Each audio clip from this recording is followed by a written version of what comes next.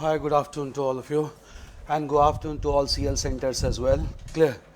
So, today we are going to start with the crash course, that is the 3C program, which stands for Current Capsule Course C.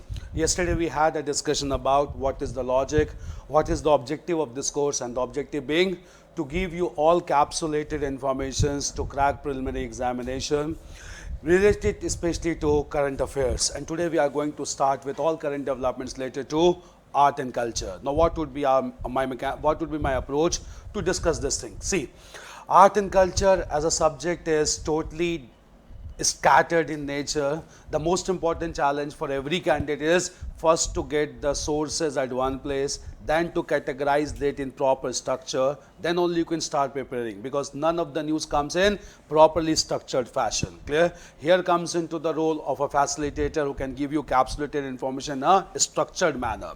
Now, looking into the previous year question papers and understanding the trend. Clear? First of all, before we start, I'll let you know two regions are very important from cultural perspective for your preliminary examination and also to large extent for mains examination.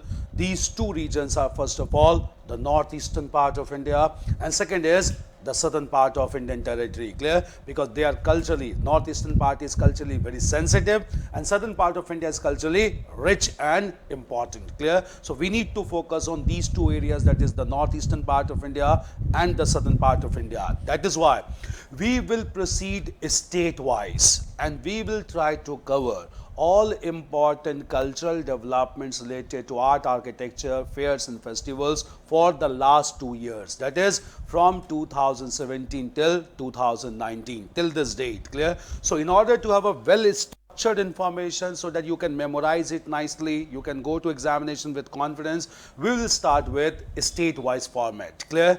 And in the northeastern region, as we all know, the most important and the largest state is Assam, and several developments has taken place in Assam for the last 2 years. We need to understand all those cultural developments that took place in Assam. Clear? So we'll cover all the important states, including two states where no major developments were there in the last 2 years. One is Mizoram, another is Meghalaya. Apart from this, we'll cover all the 6 states, including Sikkim as well. Let us start with Assam. Clear? So first of all, we'll discuss about all major cultural activities and developments that took place in the largest northeastern states of Assam. The first major development, I'll let you know, by the year 2017, a very important cultural activity took place in the capital city of Assam, that is Guwahati. This important cultural activity is known as 6th International. Write the heading. Clear?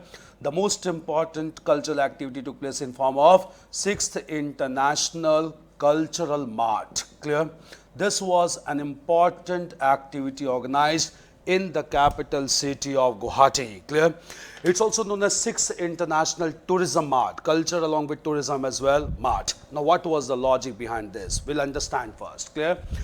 As you all know, that northeastern states of India enjoys close proximity with Southeast Asian region of India, and in Southeast Asian region of India we have a very prominent regional organization known as ASEAN. Clear? Now just write something, just note something brief about ASEAN also. ASEAN as a regional organization, I'll make you write, just understand first. ASEAN as a regional organization came into being in 1967, that comprises of 10 member states with its headquarters at Jakarta in Indonesia. Clear? For your information, initially when ASEAN came into being, India did not have healthy relationship with ASEAN, as it was an era of Cold War, because ASEAN countries supported capitalist ideology and ASEAN member states perceived India to be supporter of communist ideology. So perceived ideological differences could not promote this relationship, and it continued till the era of Cold War. When Cold War came to an end in 1991, our Prime Minister P.V. Narasimha Rao had advocated a policy to cultivate strong relationship with ASEAN, which is known as the Look East policy. This policy worked well, but this policy has been reinvigorated in new avatar altogether by our present Prime Minister, Mr. Narendra Modi, whereby he has redefined the Look East policy into Act East policy. And in order to pursue this Act East policy towards the Southeast Asian countries, India organized the 6th International Culture as well as also known as Tourism March at Guwahati in November 2017. So first background is to reinforce the policy of Act East policy to cultivate strong cultural and trade links with ASEAN member states. This is the background, brief background. Write the brief background first of all. Clear? Right. By the end of 2017, by the end of 2017, the government of Assam, along with the government of Assam, along with the Ministry of Culture and Tourism, along with the Ministry of Culture and Tourism, organized the 6th International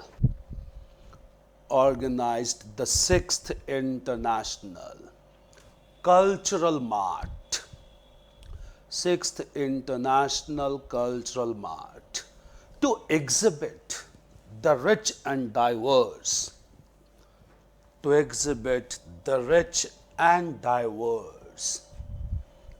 cultural heritage of the entire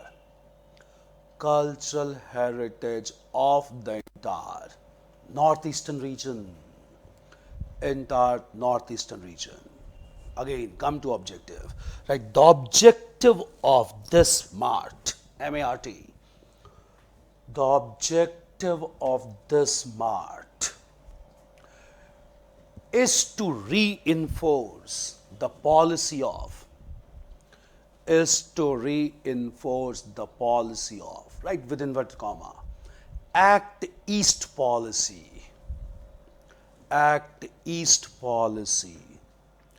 towards Southeast Asian nations,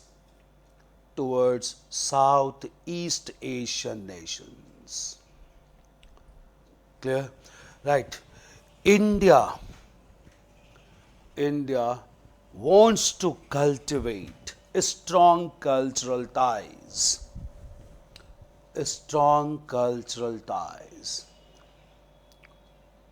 with regional organization ASEAN,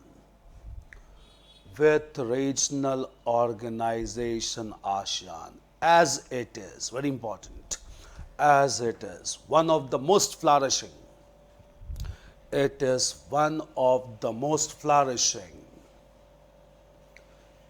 economic and trade zone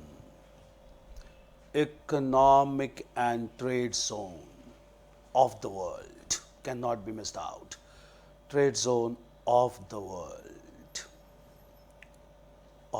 Clear? Change paragraph. Right. In this 6th International Cultural Mart,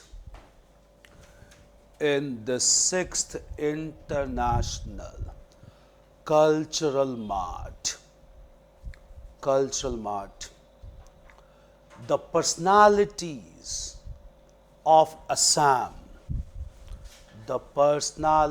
of Assam, exhibited unique clothing pattern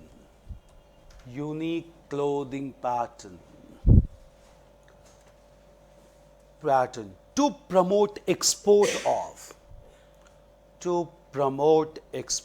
of such items to the Southeast Asian nations,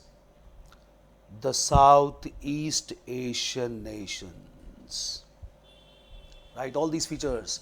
Right, during this mart, the cultural experts of Tripura,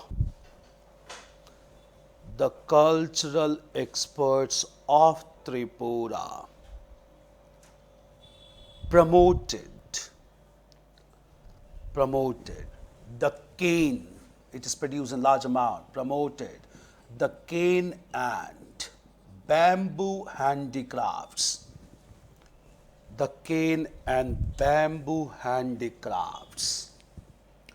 which are highly unique, which are highly unique, which are highly unique for people of Southeast Asia, people of Southeast Asia.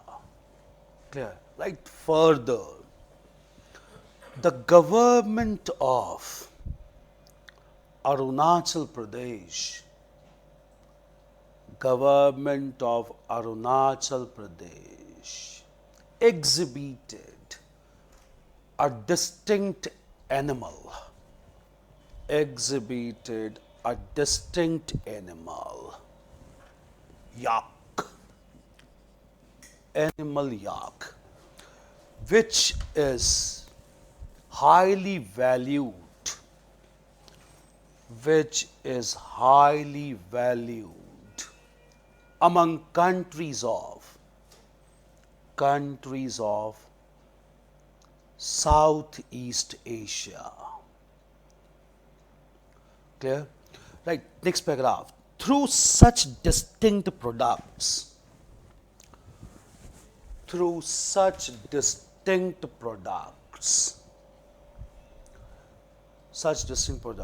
the northeastern states wants to add up their own items,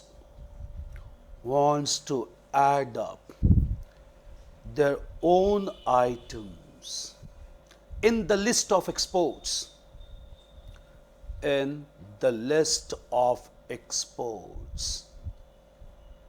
to Southeast Asian region,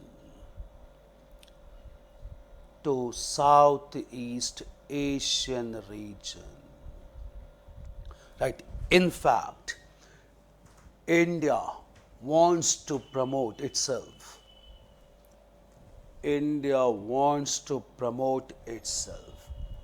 As a clear soft power,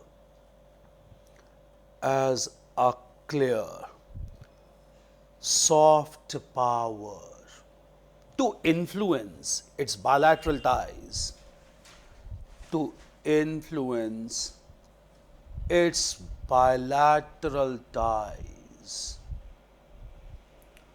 with ASEAN member states,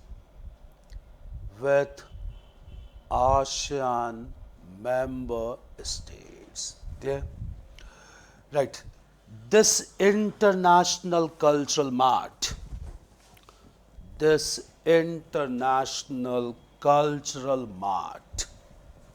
has proved to be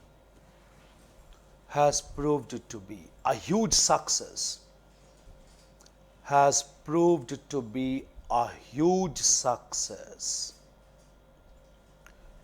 in promoting economic and cultural ties,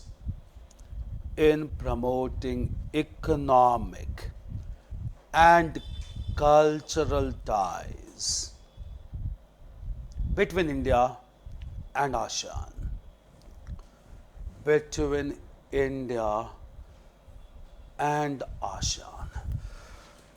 This is one major development. 2017, 2 years back, clear. It's a very important festival that was organized by Government of Assam, supported by Ministry of Culture and Tourism. Clear? Now, this one thing, apart from this, for your information, since a PT class, I'll let you know. Clear?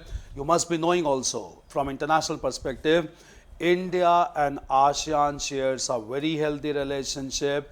In fact, there is a free trade agreement that exists between India and ASEAN.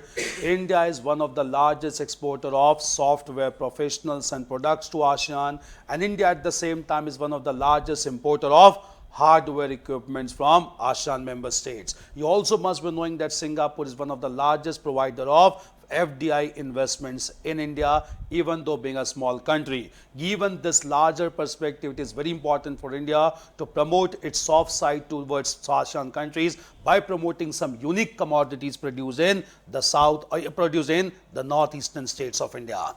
This is one cultural activity that took place in 2017. Another important development that took place in Assam. Again, those who came late, I'll let you know. We are starting to discuss all these cultural activities state-wise. nice to have cultural format with you, structural format with you. Now we'll discuss about another cultural activity that took place in Assam and which is in news these days, clear? And this is related to a very prominent temple in Assam which is known as the Kamakhya temple, clear? Now what is the issue with related to Kamakhya issue? Because related to Kamakhya issue, every year in monsoon there is an important fair organized, and this fair is known as Ambubachi Mela. What is this Ambubachi Mela? Why Kamakhya temple is very important? Because these days there is a case studies going on to compare the episodes in Kamakhya temple on the one hand and episodes that has taken place at Sabrimala temple in the region of Kerala. We'll understand about Kamakhya temple. Just understand the temple. Yeah, please. तब से start हुआ. It's because of this, and it started with circulation in every cities of northeastern part of India. But this, since we are talking about Assam, this was the most important thing because Guwahati plays a very important role to promote all these cultural dimensions to Southeast Asian countries. 2017, clear? No, just understand what is so important about Kamakhya temple. Any one of you? What is so distinct about Kamakhya temple? Located in the Nilanchal hills of Assam. We'll come to that, clear? What is distinct about Kamakhya temple? Every year in monsoon, there's a festival celebrated, fair celebrated, which is known as Ambubachi Mela, clear? What is the importance of Kamakhya temple?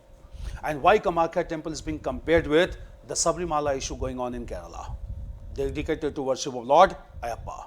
See, Kamakhya temple, the importance is, Kamakhya temple is unique in different ways, clear? The first important distinctive thing about Kamakhya temple is, it is the only temple in India where there is no concept of idol worship. Make one thing very clear, it is unique in different ways. Kamakhya temple in Nilanchal hills of Assam is only temple where there is no evidence of idol worship. Idol is not there, but then how do we worship goddess of Kamakhya in this temple? There is an stone image which indicate fissures, or rather which indicate female genital organs, reproductive organs, clear? It is said that in the month of monsoon, certain amount of water comes out from these fissures, and it is considered that goddess earth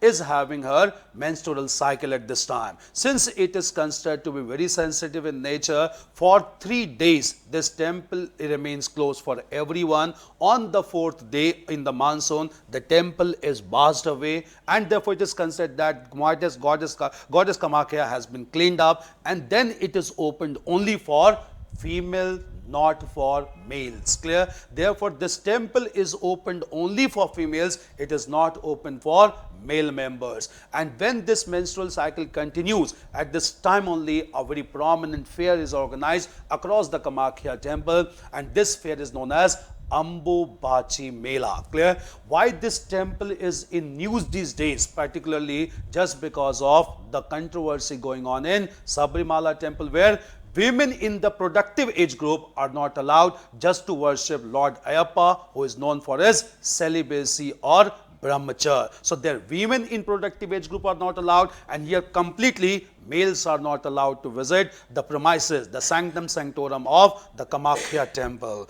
This temple therefore has become very important. It has been in news just to compare the case study with Sabrimala temple. Right about this temple and Ambubachi Mela. Right, next heading as Kamakhya temple and Kamakhya temple and Ambubachi Mela. Kamakhya temple and Ambubachi Mela, clear? Right, the temple of Kamakhya, Kamakhya, the temple of Kamakhya is located in the Nilanchal hill of Assam, is located in the Nilanchal hill of Assam, which is unique for several reasons, for several reasons. Clear? Right, point wise to remember. It's just for your prelims examination. Clear? That this temple does not have, this temple does not have any idol of the goddess, any idol of the goddess. Right, second, clear?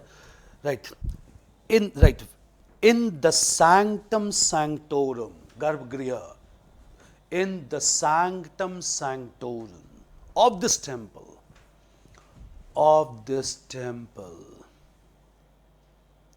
of this temple, there is fissures, fissures, gap, there's fissures between rocks, that appears to be,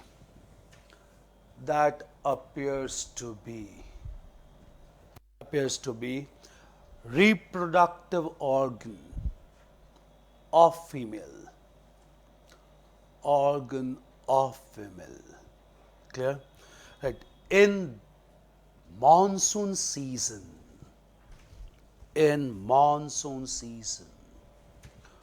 water flows from the fissures, and it is strongly believed,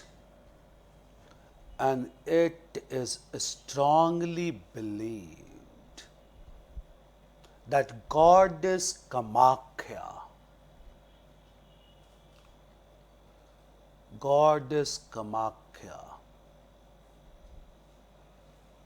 is having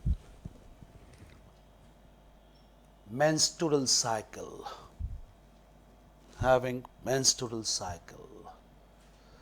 right? Next paragraph. Such belief has given organic character,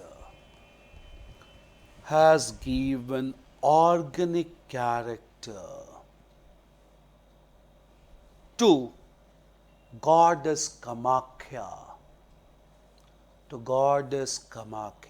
and has generated deep faith,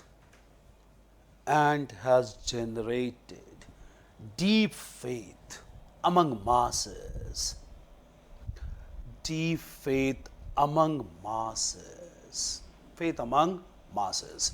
Clear? Right. Deep faith, right. During this menstrual cycle, the sanctum sanctorum of the temple,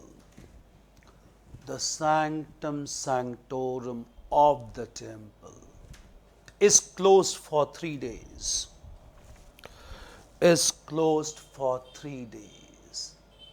And on the fourth day,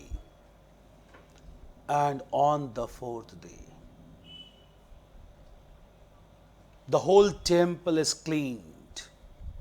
Bathing is done. The whole temple is cleaned. And only female worshippers are allowed.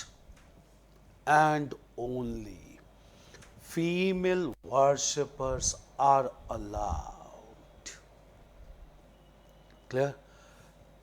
Right. Accompanied with this worship,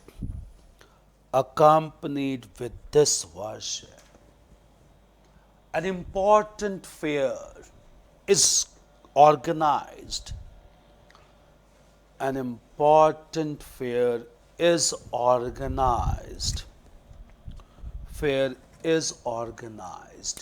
Around this temple, which is known as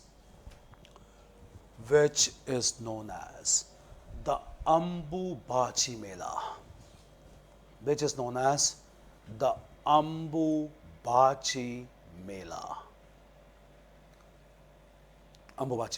Clear? Right. In this fair, all unique commodities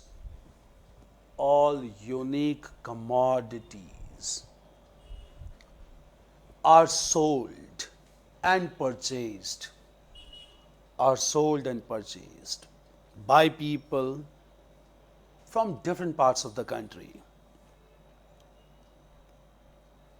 From different parts of the country. Parts of the country, clear? Right. In contemporary times, the practice of this temple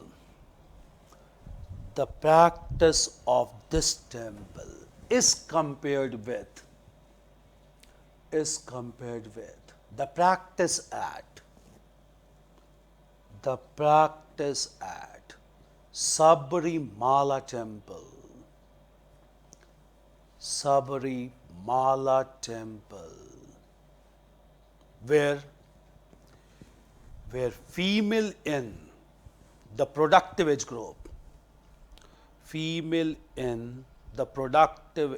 group are not allowed to enter. Here females are not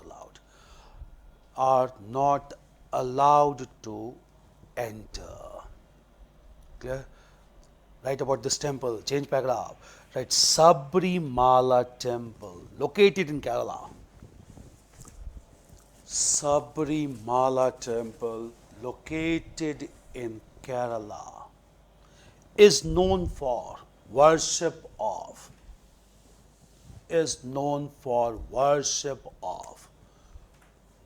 Lord Ayappa. Worship of Lord Ayappa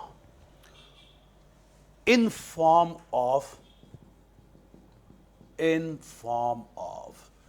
eternal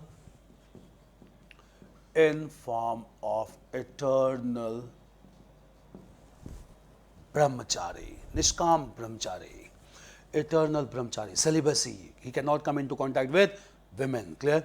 Right. Since this male deity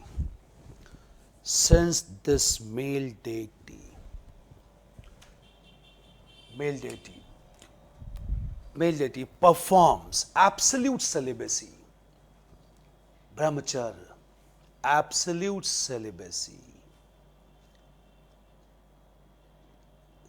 contact with women is considered to be kind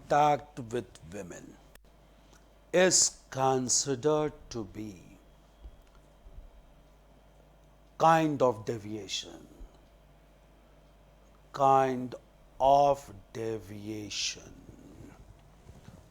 of deviation. Clear? Deviation. Right.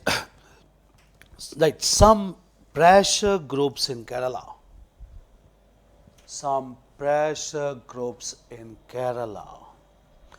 Demands entry of women.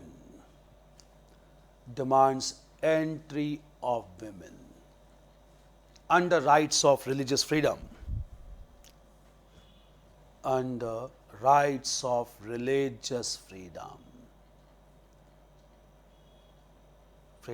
But at the same time, large number of women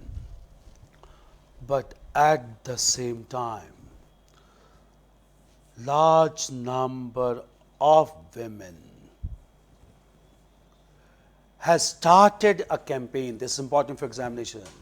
Started a campaign known as, right within inverted comma, ready to wait. Women started a campaign, ready to wait, right within inverted comma, ready to wait, whereby they emphasize that they can wait till the end of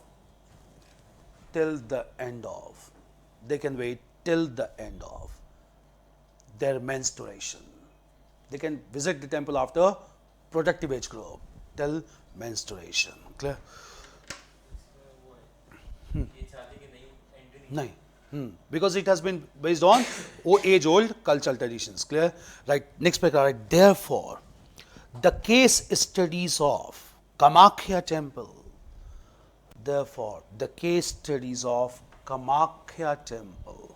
And the Sabrimala temple. It's very important. It is given experts. Sabrimala temple needs to be judged together to understand our culture. needs to be judged together to arrive at valid conclusion, to arrive at valid conclusion, to safeguard cultural traditions, to safeguard cultural traditions. Cultural traditions, clear? The two case studies are very important. Kamakya temple can be asked. They may not ask about Ayyappa temple, they will ask about Kamakya temple. Why it is unique, you must be knowing. Ambubachi Mela also every year in the month of monsoon. Two major developments related to Assam. Apart from this, just understand, there is another very sensitive current development in Assam, and that is related to an important tribal community in Assam. This tribal community of Assam are known as Satras. Why are Satras in news these days? Why are Satras? See, my source also I'll let you know, clear? Depending on the trends of the question that has been asked, we all know, and I have realized, normally every year in the Republic Day parade, when the states present their own tableau that indicate the cultural phenomena, questions are framed, clear? And why this tribe is in news these days, the reason is that in the year 2018, the cultural personalities of Assam highlighted in the tableau a very important art practiced in Assam, which is known as the mask making art. People right from ancient times in Assam had been preparing making mask, and this mask is used in cultural activities like dancing activities and fairs and festivals as well. This mask making activities are being pursued by Kshatras in the region of Majuli Island in Assam. Why is Majuli Island so important? Floating district. The most distinctive thing about Majuli Island? Largest riverine island. In fact, the largest habitable island in the world. Clear? That is Majuli Island. Clear? Kshatras are tribal community that inhabits the Majuli Island. In this Majuli Island, they had been practicing the art of mask making since ancient times. It was depicted in the tableau in Republic Day parade because this art is in its dying stage at this time. In order to revive this art, the Kshatras of Majuli Island request not only the government of Assam but even the Ministry of Tourism and Culture to promote this art by making this art an incentive art and to allow them to sell this thing not only in Assam, even beyond Assam as well. Therefore, just looking into this sensitive issue, Ministry of Tourism and Culture has decided to promote this mask making art in the states of adjoining Assam only, and this mask is provided and sold largely in the state of Manipur. Why in Manipur these days? The reason is Manipur is known for one martial art which is performed only after having mask on the face and body, and this martial art of Manipur is known as Thangta. Very prominent martial art. One martial art is in news also these days, and that martial art is Gatka in Punjab, and the most important martial art being Kalari Payottu in Kerala. Clear? We'll come to all these martial arts also very important, and therefore this art is being revived by selling the mask to the people of Manipur who are engaged in the martial arts of Thangta. Clear? This has been in news with regard to mask making activity in the Majuli Island of Assam. Right, next heading, mask making art. Mask making art in Assam. Mask making art in Assam. Clear? Right, in the state of Assam. In the state of Assam, Majuli Island is Majuli. Majuli Island is the largest habitable island across the world. Largest habitable island across the world. Habitable island across the world. Right, in this island, there is a tribal community known as,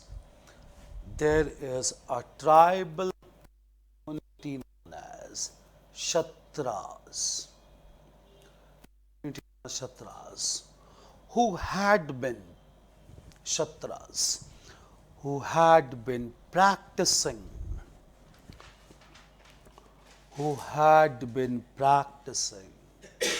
the art of mask making,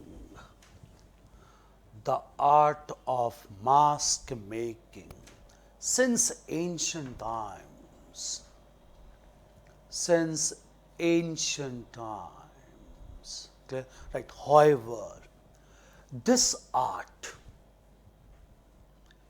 is in its dying stage.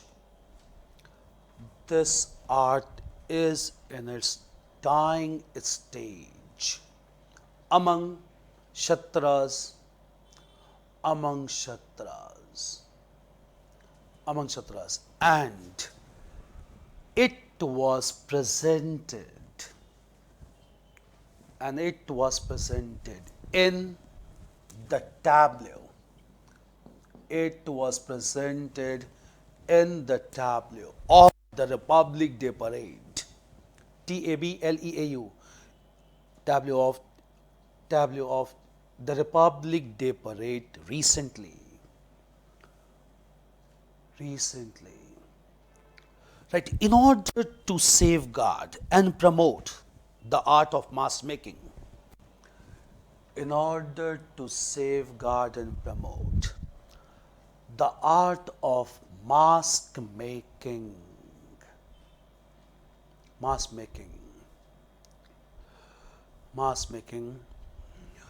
government of Assam began to provide incentives. Government of Assam began to provide incentives to Kshatras, the communities, to Kshatras, and these items began to be largely sold. These items began to be largely sold among the people engaged in the martial art. People engaged in the martial art in Manipur. It's very important art in Manipur. Art in Manipur. We'll come to martial art separately.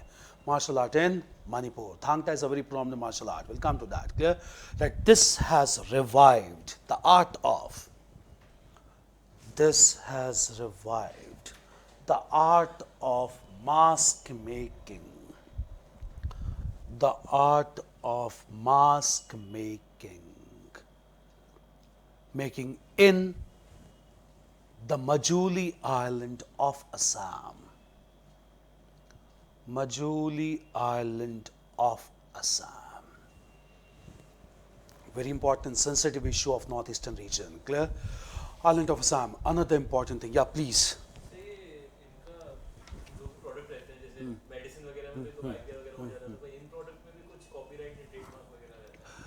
Geographical indicators, GI is always there, there's no doubt about it. Clear? State co. It's not about the people, clear? Because GI tags are given to these products. GI tags are given all across India, which are unique in nature and which are very productive, unique in style.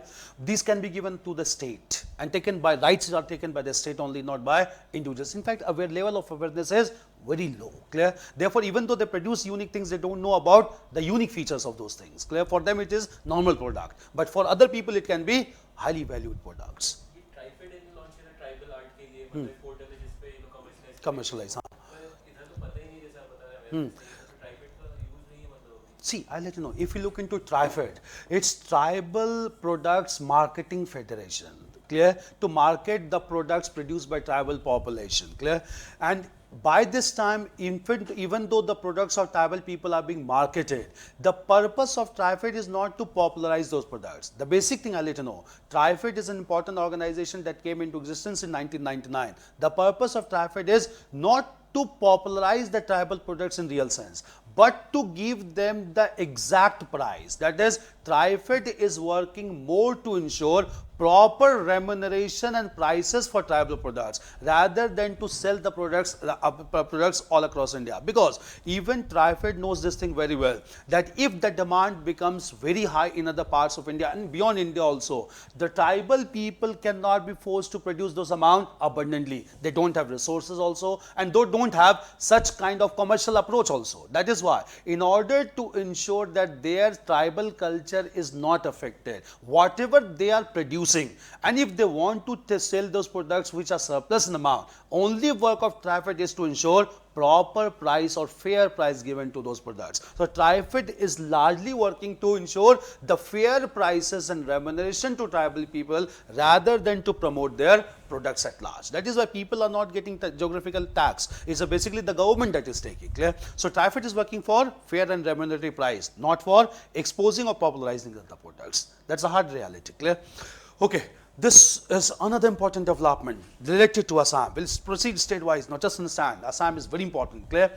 In the state of Assam, there is one another cultural activity which has attracted the attention of all leading cultural personalities of India, especially from southern part of India, and that is inclusion of one dance from Assam into the list or category of classical dances in India in recent time.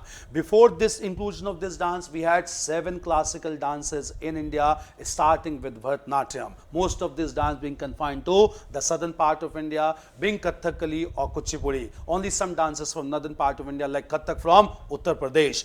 This dance, which is practiced in the state of Assam, is known as Kshatriya Dance, which has been included in the category of the classical dances in India. Since it is a classical dance, it is being perceived or it is being popularized all across Indian territory. Some distinctive features you must know, which can any time be asked. Clear? The most important feature of Kshatriya dance being, any one of you? Why is Kshatriya dance being perceived or being studied by all across the world? There are some distinctive features. Because in crash course, we need to know all these features, because any feature can be asked. Because last time we got Sankirtan dance from Manipur in our question paper. Kshatriya dance can be asked. What is so unique about Kshatriya dance? To some extent. But it's not about Shiv. It's basically about... Huh? I could not get you. Please. Raja Krishna, yeah. But apart from Krishna, and that is the uniqueness. Rukmani. What is so important about Kshatriya dance? Yeah, most of the dance are basically with respect to the love images between Lord Krishna and Radha. But the distinct thing about Kshatriya dance is not between Lord Krishna and Radha. Radha has been deliberately not presented in this dance. Clear?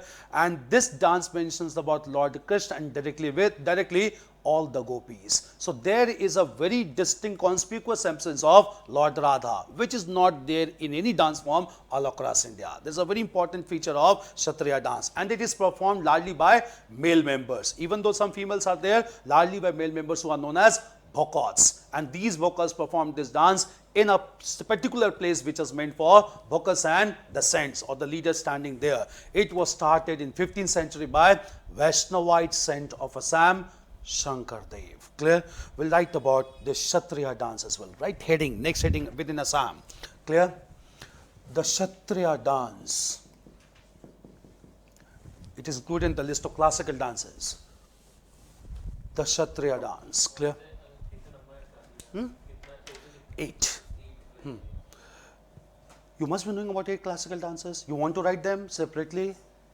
8 classical dances separately for information. Bharatanatyam, that is practiced in Tamil Nadu, the earliest classical dance.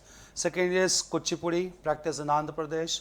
Third in Tamil Nadu, that is in Kerala we have got Kathakali. In Kerala we have got another dance, Mohiniyattam.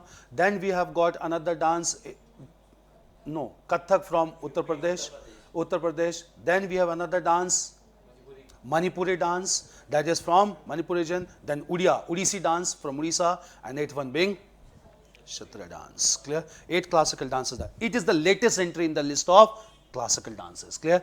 Right, introduction first. Right, the Kshatriya dance of Assam. The Kshatriya dance of Assam is the latest entry, is the latest entry in the list of classical dances of India. List of classical dances of India. Right, a brief background. Right, this dance was started. This dance was started by a 15th century Vaishnavite saint, by a 15th century Vaishnavite saint, Shankar Dev. When we use the word Vaishnavite, it means worshippers of Lord Vishnu. And normally when we say worshippers of Lord Vishnu, it's not only Lord Vishnu, even avatars or incarnations of Lord Vishnu. And Lord Krishna is taken as an avatar of Lord Vishnu. So Vaishnavite Bhakti saint of Assam, Shankar Dev. Clear? Right. He began to promote this dance. He began to promote this dance with clear-cut adherence to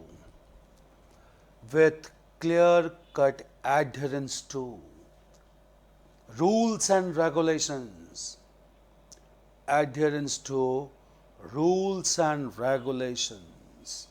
and as a religious act, not for amusement, as a religious act.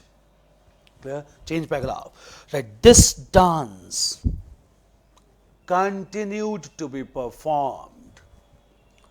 This dance continued to be performed by male members, or bhakots,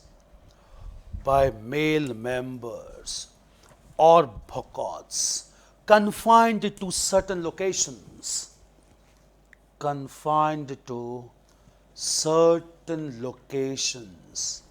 under the guidance of a common teacher,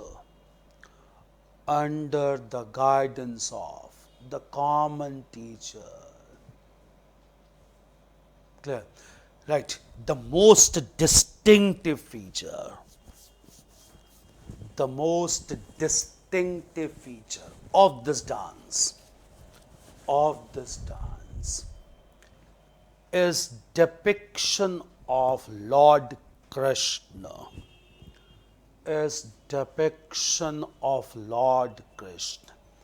and the gopis. Clear? Right here only, there is conspicuous absence.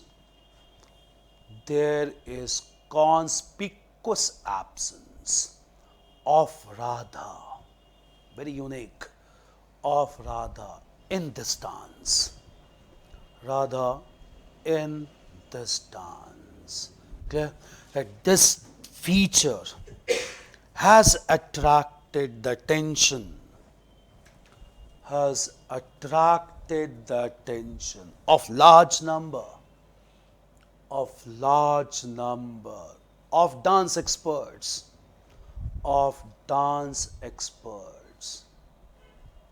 from different parts of the world.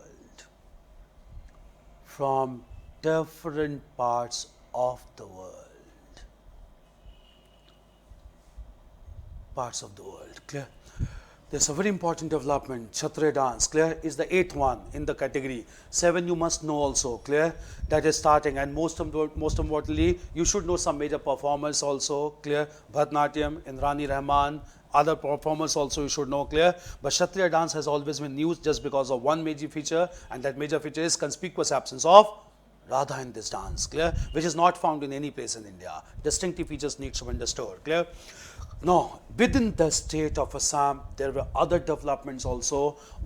Another cultural development that took place in 2017, November 2017, was to organize a very prominent festival to mark the flourishment and support given to by one river in Assam, and that river is known as the river Barak.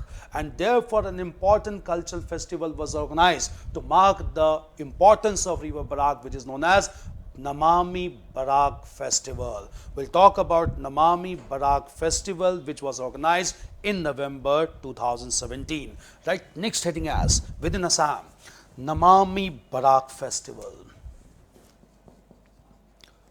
Namami Barak Festival. Barak Festival. Clear? Right. The state of Assam. The state of Assam is marked by important rivers, among which Barak is a prominent one.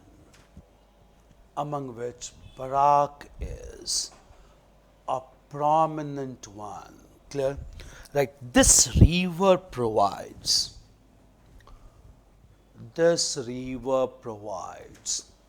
water to large plain areas for agriculture as well as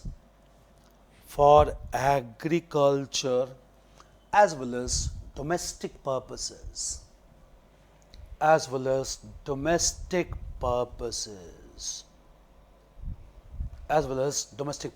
Clear? Right. The people of Assam organized a cultural festival to show the importance of Barak River.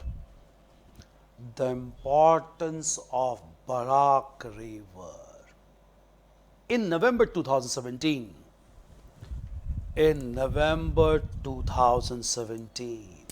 which is known as the Namami Barak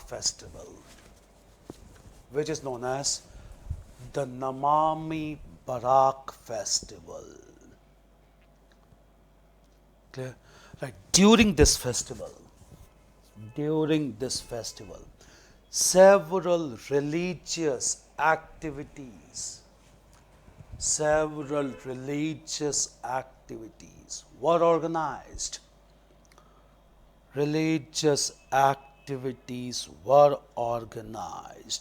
To show respect to the river Barak.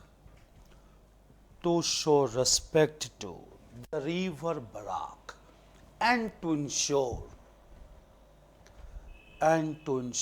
favor from this river.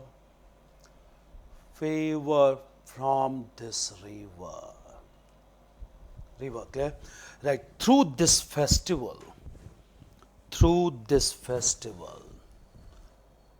whole cultural picture of Assam got exhibited,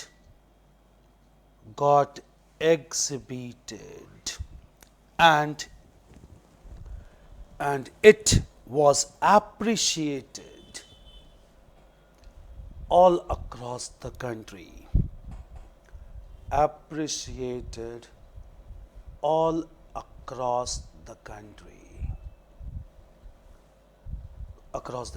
Clear?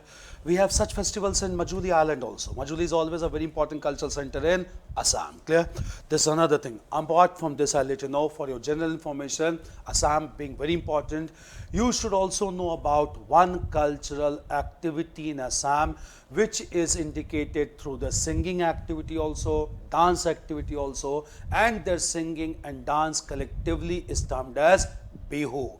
There are several formats of Bihu, the most important format of Bihu being known as the Rangoli Bihu, which is celebrated to mark the beginning of the new year. And this beginning of new year starts with Hindi calendar falling with Chat as the first month. Clear? So write about this information as well. Right? Heading as Bihu, B-I-H-U, Bihu. Clear? Right? The state of Assam is culturally is culturally developed and sensitive, is culturally developed and sensitive, whereby perform perform dancing and music, people from dancing and musical activities termed as Bihu. Clear? Right. Right. The cultural activity of Bihu. The cultural activity of Bihu is organized during different seasons. But the most prominent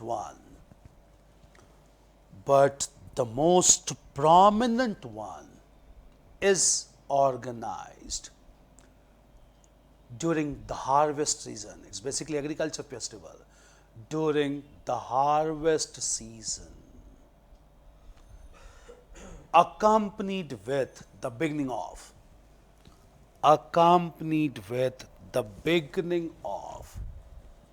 the new year. Clear? Right. This celebration is popularly termed as Rangoli Bihu.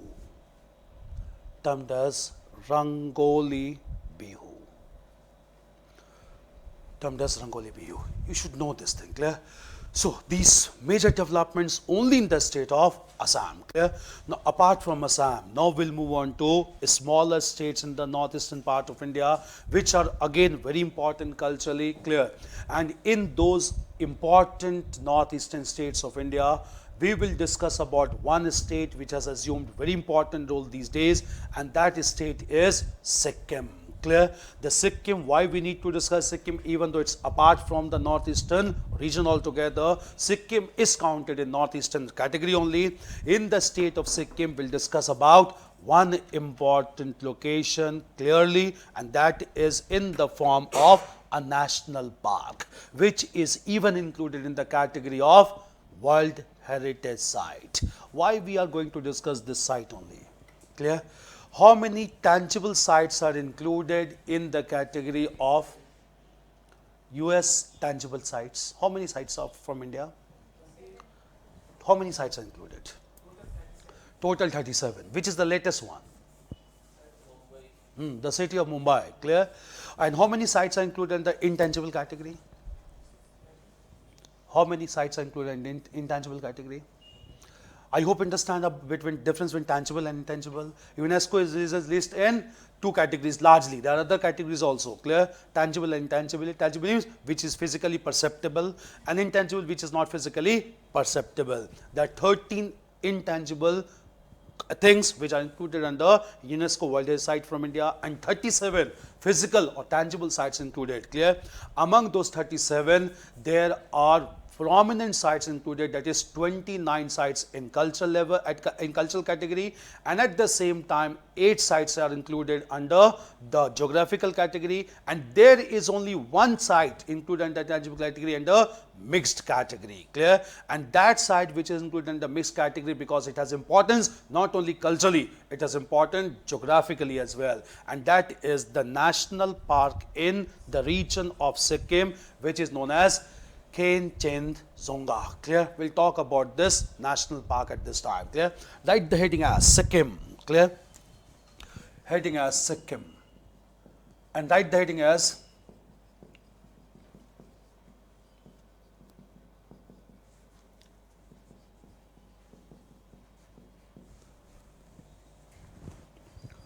you can write short as, it's also known as KCZ also. Clear? You can write it short also. Khenchen Zonga. KCZ as well. Clear?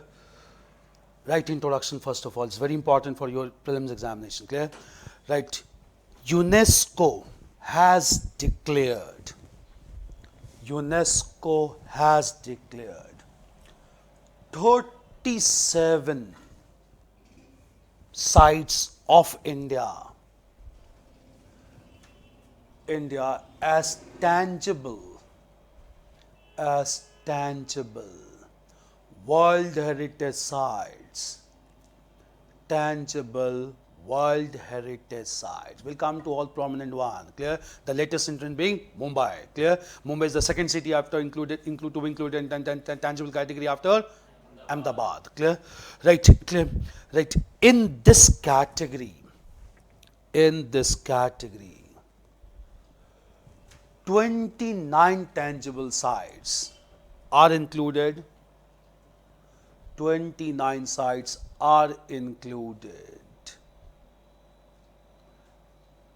for cultural importance.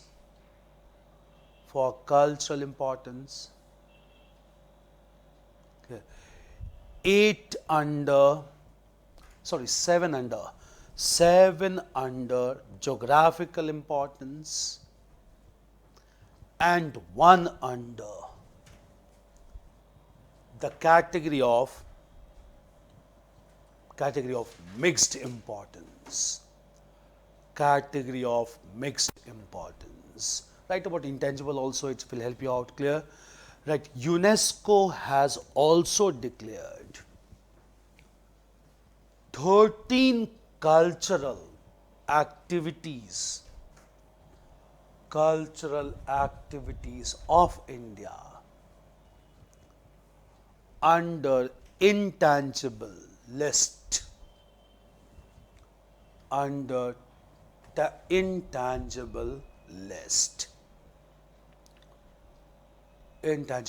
The latest entry being Kumbh Mela. Clear? The latest entry being Kumbh Mela. We'll come to that Kumbh Mela. Clear? Change paragraph now. Clear? Right. The only tangible site included under tangible list is Khangchend Zonga National Park.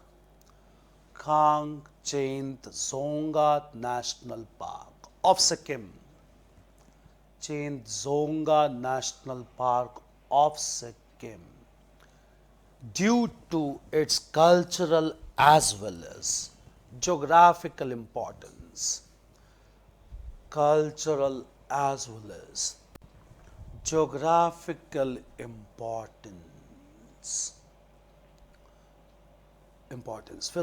of all, we write its cultural importance. Clear?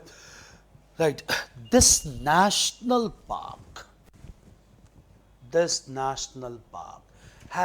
large number of diverse animals as well as fruits and vegetables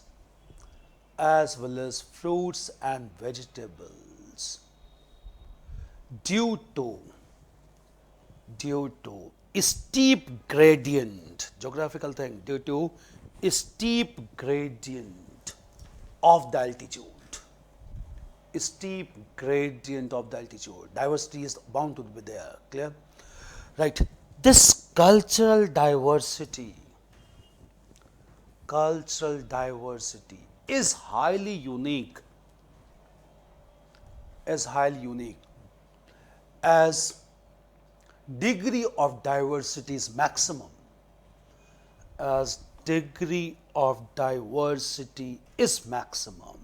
at one place, not found in anywhere, at one place.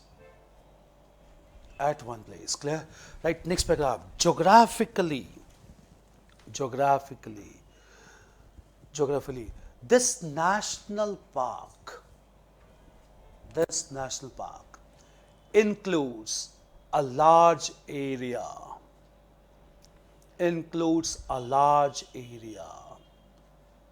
with high altitude, large area with high altitude, marked with diverse geographical features, marked with diverse geographical features.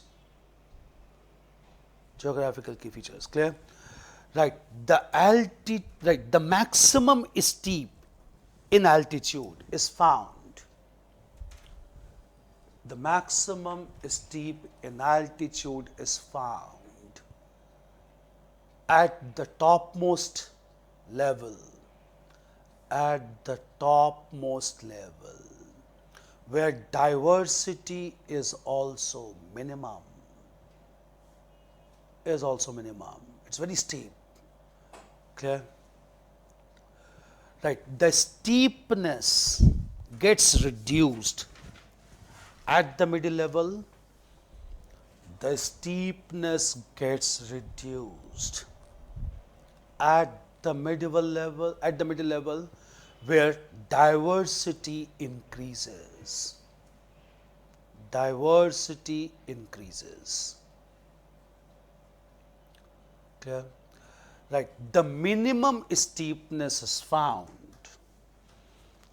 The minimum steepness is found at the lowest level. Steepness is found at the lowest level, where maximum diversity is witnessed. Diversity is witnessed. Clear? Right. Such diversity and uniqueness is recognized even at global level. Even at global level, by cultural organizations like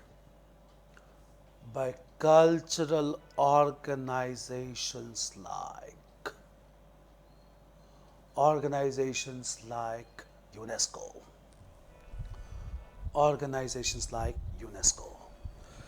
Clear? Very important thing. It's always in news. It's the only site which is in mixed category. Clear?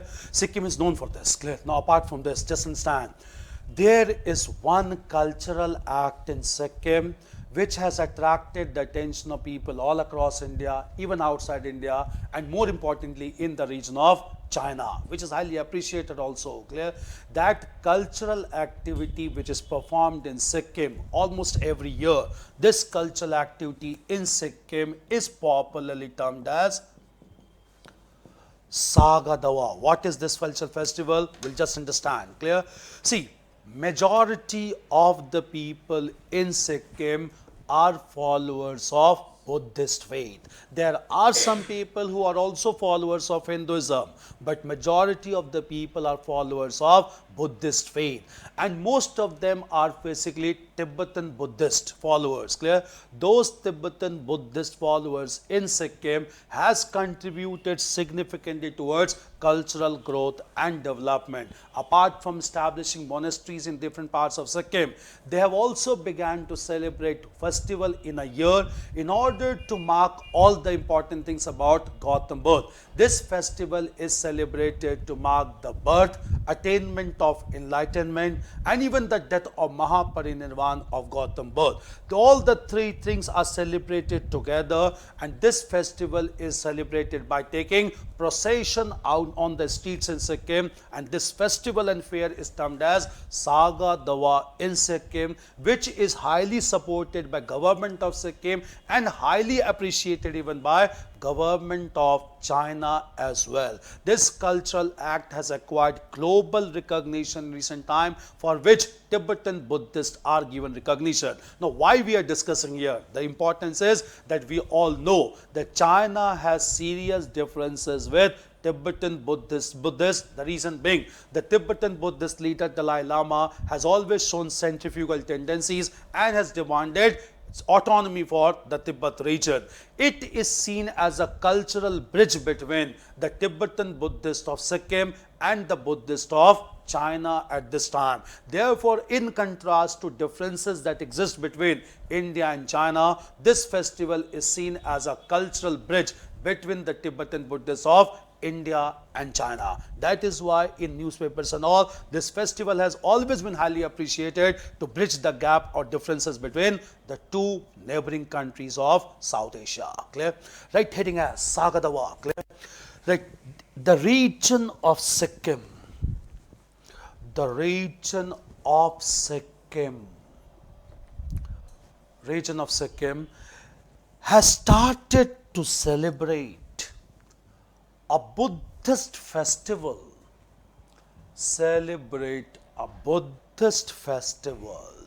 Known as Sagadawa. Which is highly appreciated.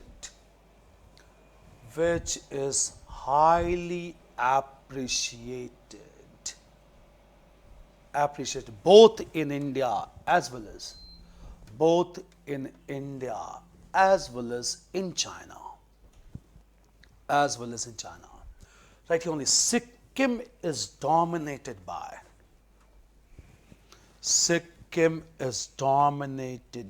Buddhist members, who began to celebrate the birth, the attainment of enlightenment, supreme knowledge,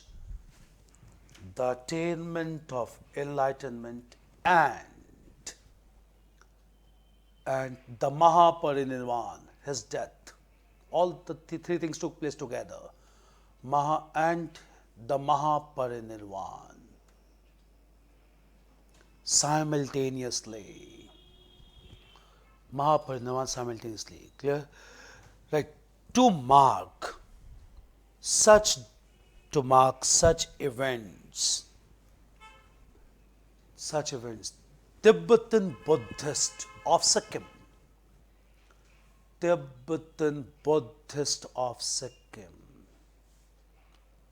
organizes public processions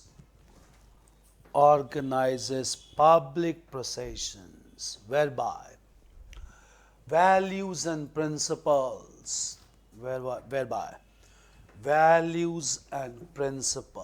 of Buddhist faith are highlighted.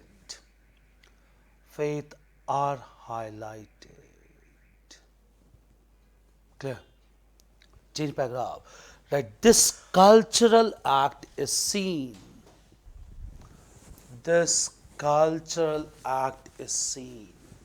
as a major medium to bridge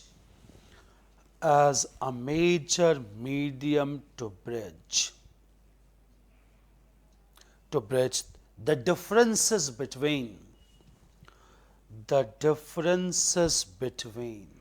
India and China,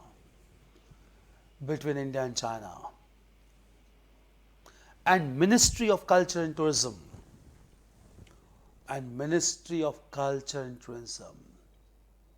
has extended all support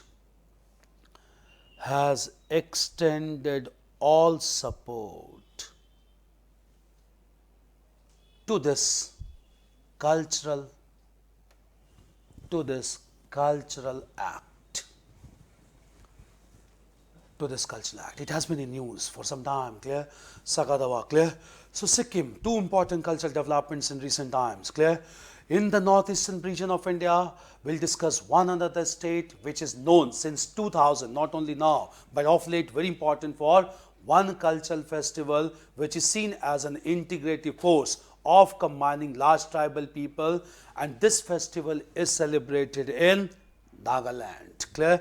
The cultural festival being known as the Hornbill Festival. We'll discuss about this Hornbill Festival because every year when it is celebrated in the first week of December, the chief guest is none other than the Home Minister of India, because it is seen as a political role or function as well. Clear? Right, the heading as Nagaland. Clear? The state of Nagaland. Clear? Nagaland. And right within Nagaland, the Hornbill Festival. Nagaland. What does the word hornbill means? Bird. Yeah, the literal meaning of the hornbill is a kind of word which is found in Australia. Clear? And therefore, this word is found in Nagaland also. It's a very beautiful word, and based on this only they have started a festival known as the Hornbill Festival. Clear? Just understand. Clear? You must be knowing about the differences and problems in the state of Nagaland. Clear? This is the reason because the greater demand of Greater Nagaland has always been raised by people of Naga tribe residing in other northeastern states beyond Nagaland. Clear? You must be knowing about the history also. The state of Nagaland was created in post-independent era in 1963, whereby density of larger number of Naga people was confined to this carved out state from Assam. But apart from creating this state for majority of Naga people, large number of Naga people remained as minorities in other states as well. Those people who were in minority in the other states, they began to demand expansion of Nagaland or Greater Nagaland. This resulted into serious crisis all across northeastern part of India. It resulted into conflict with other tribes like Mizo tribes and Meitei tribes of Manipur as well, and created all sorts of problems. Clear? But at the same time, from the beginning of 21st century, from the year 2000 only, the people and leaders of the Naga tribe, they decided to promote not only inter-tribal fraternity, but even intra-tribal fraternity. Intra-tribal means Nagas of Nagaland and Nagas of other states as well. So, in order to promote inter-tribal fraternity and intra-tribal fraternity, the Naga leaders began to organize a function which is known as the Hornbill Festival. This festival began to be organized in the first week of December every year, and it was largely supported even by the central government as well, because government of India also realized such festivals can reduce the tension in northeastern part of India, can promote peace and stability not only in Nagaland but all across northeastern part of India. Since the beginning of this festival from 2000, the chief guest of this festival every year is none other than the Home Minister of India, who requests and asks the Naga people and people of other tribes to maintain tribal fraternity, which is conducive for growth and development of whole northeastern region. Very important festival celebrated every year in December. Clear? Right? In background, first of all, brief. Right? The state of Nagaland. The state of Nagaland, dominated by the state of Nagaland, dominated by Naga tribe,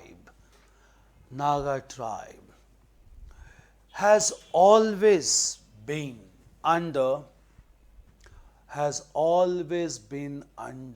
controversy due to the demand of Greater Nagaland, right? Greater Nagaland capital. Demand of Greater Nagaland. Greater Nagaland. Clear? Right? In order to ensure intertribal as well as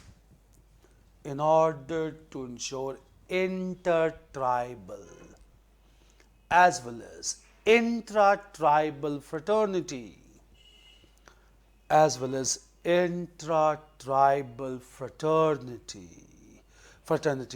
Naga leaders began to organize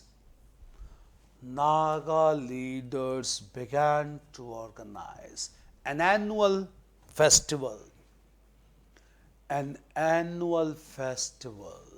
known as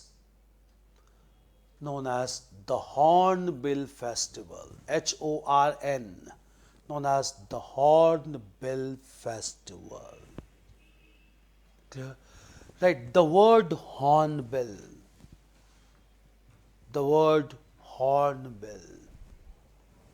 is a name given to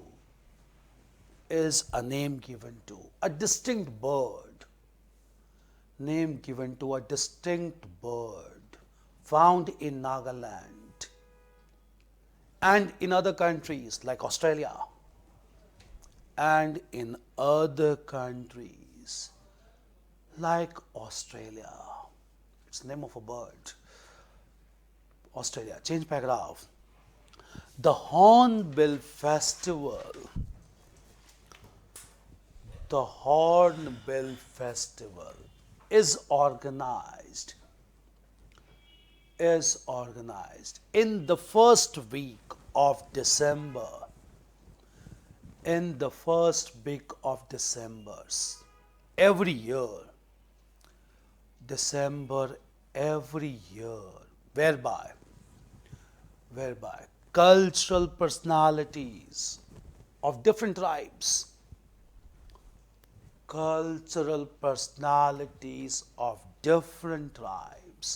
are invited. Different tribes are invited to participate and to promote interaction, tribal interaction. Clear? That due to such progressive character, the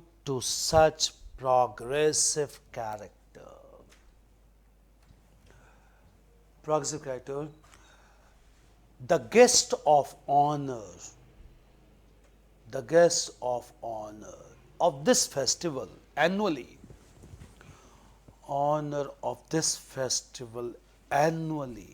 is the Union Home Minister.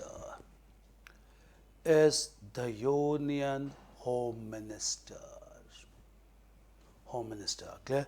Right. In this way, Hornbill Festival is not considered only as a cultural act, but even a political gesture to ensure stability.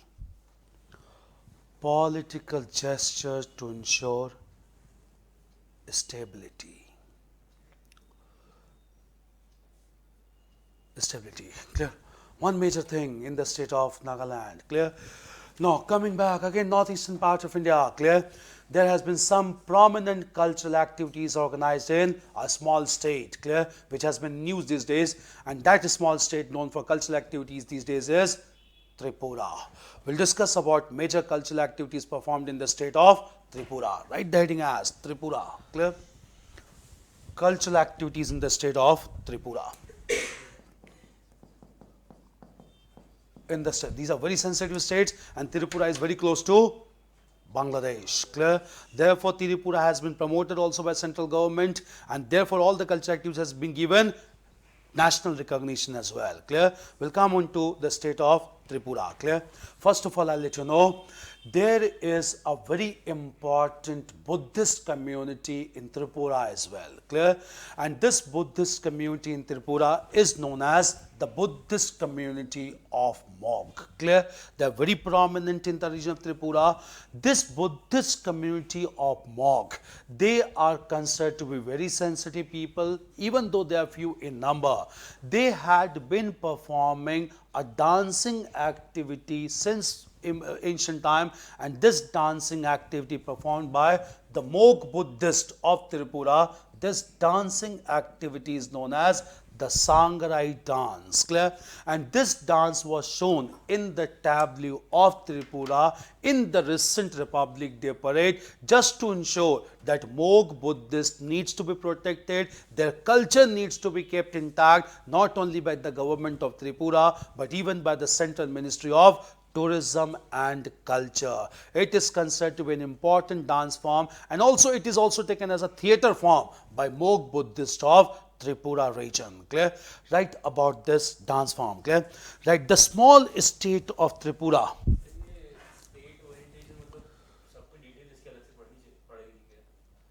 It is enough. Current affairs is more than enough, clear? No, it's not feasible, because you cannot go through it, clear? It's not practically feasible, clear? To be very frank, clear? You cannot, because right now we are dealing with current developments that has been taking place for few years, clear? It can be asked, but if you go into the details of everything statically, it's practically not feasible, clear? Because you know about Mok tribe. There are other Buddhist tribes also in different parts, clear? You can, if you go on looking into those tribes, it is practically not feasible, it's statically. But that is why current affairs, clear? Current affairs, because at least if you cannot look into static developments, you should know about the current developments associated with that. Here comes into the picture of validity of current issues analysis, current affairs, clear?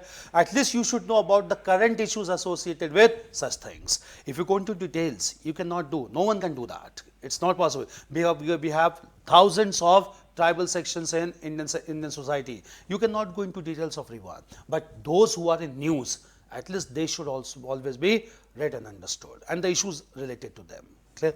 Right, Tripura, clear? The small state of Tripura, the small state of Tripura is highly sensitive. The state of Tripura is highly sensitive due to its close proximity,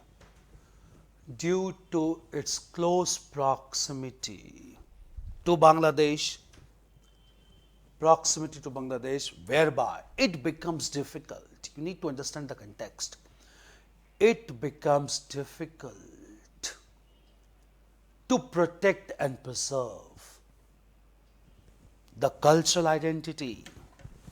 That is why Tripura has become very important. Cultural identity. Clear? Right? There is a Buddhist community in Tripura. There is a Buddhist community in Tripura, termed as Mog. Community in Tripura, termed as Mog, who had been performing a traditional dance,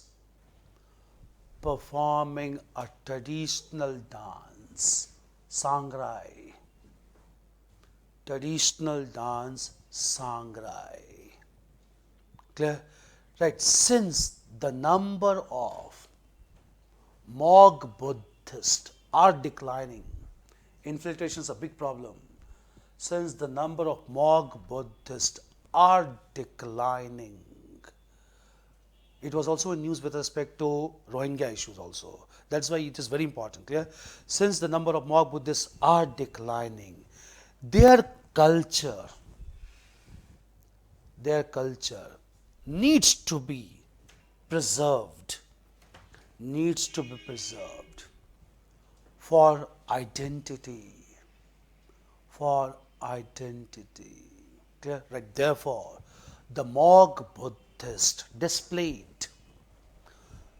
their traditional Sangrai dance,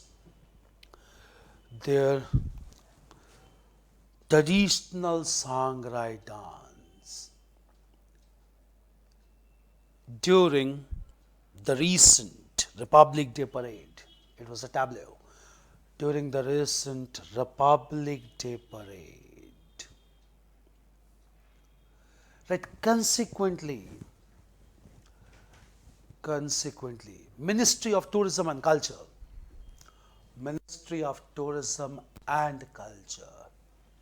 decided to recognize the best performers of Sangrai dance,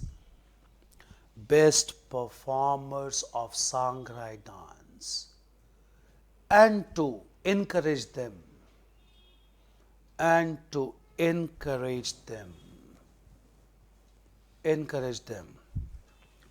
for promoting such cultural identity,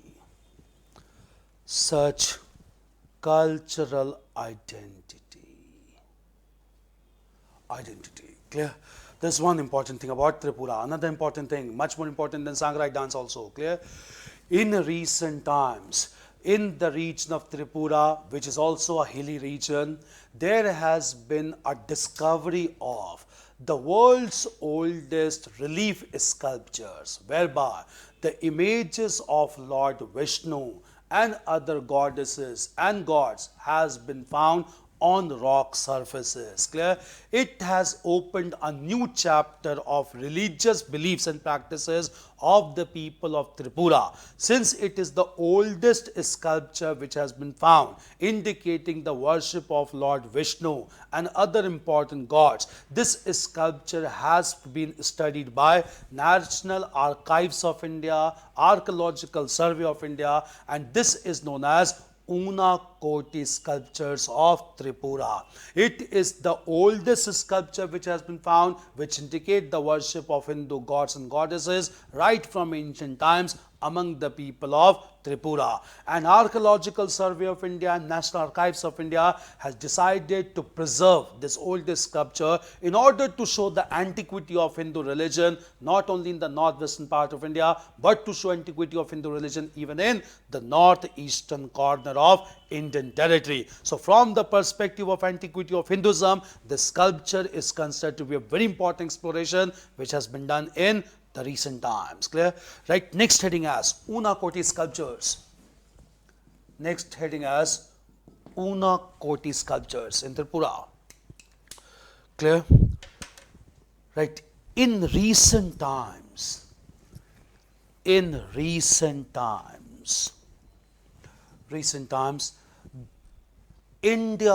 oldest relief sculptures,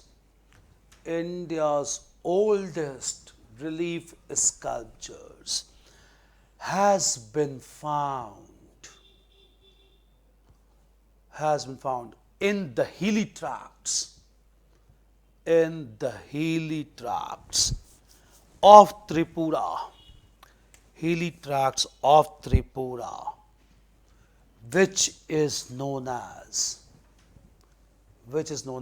the Unakoti sculptures.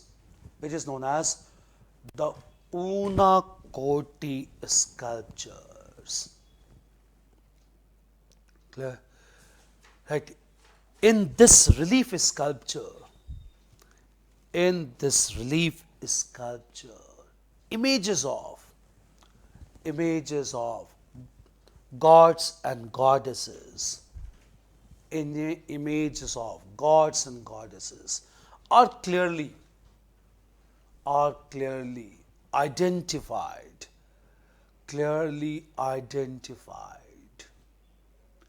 which indicate the antiquity of Hinduism in the state of Tripura. Even our Prime Minister appreciated this. In the state of Tripura. Clear? Right. With this discovery, the Archaeological Survey of India,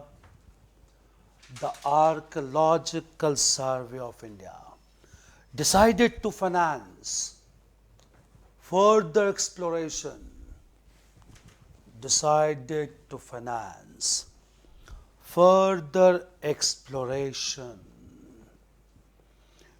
in order to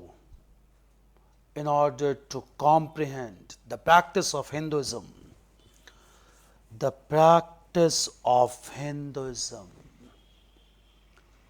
in Tripura.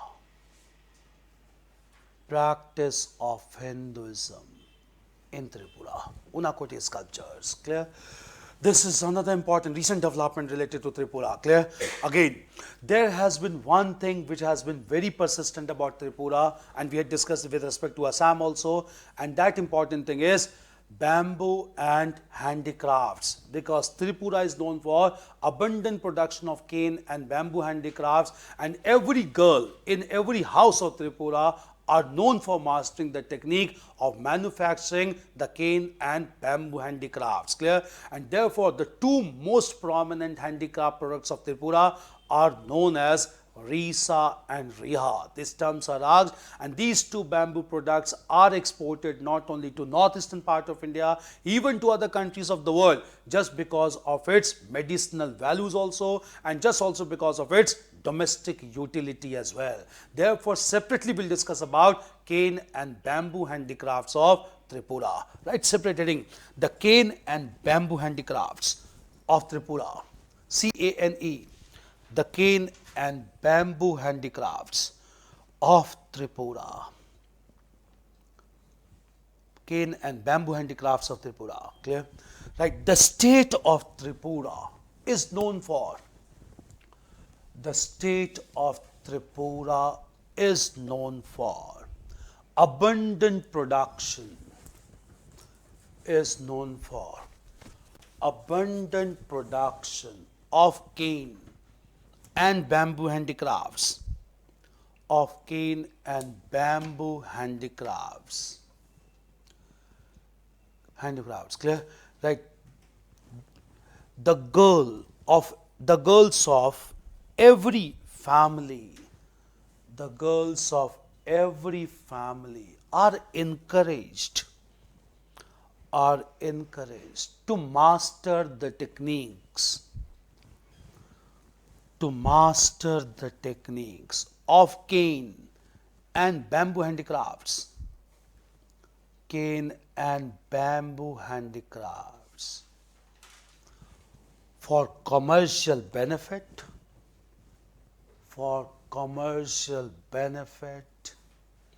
as well as to preserve the native culture,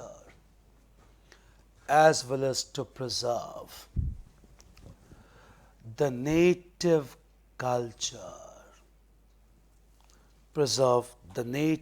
culture.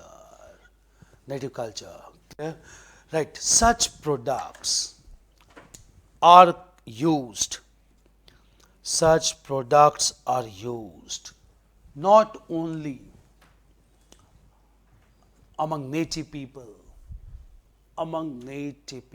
but even exported to the other parts of the country.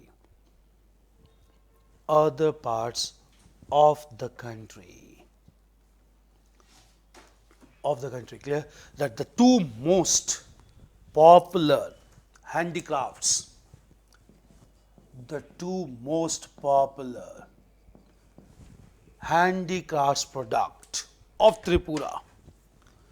products of Tripura are Orissa and Riha.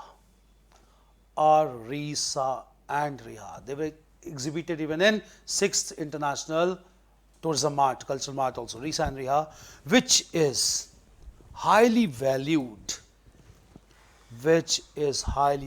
even in international market,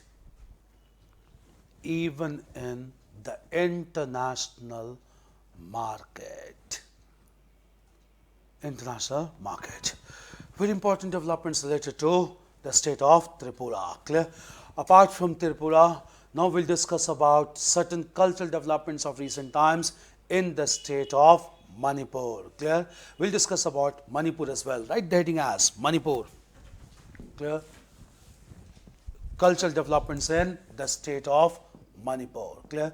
First of all, we'll discuss, clear, Manipur is also known for the world's oldest theatre. Clear? No one knows about this, but it's a very important thing. That is why Governor of Northeastern States Assam declared people don't know much about Northeastern States as they know more about other countries like United States. We have got some distinctive things in the Northeastern states of India. World oldest theatre is also there in northeastern parts of Manipur. Clear? And that was also displayed in the tableau in recent Republic Day parade. But before that, first of all, we'll discuss about a martial art of Manipur, which is very prominent, named as Thang Ta. Clear? Right? The state of Manipur has always been known. The state of Manipur has always been known for martial race.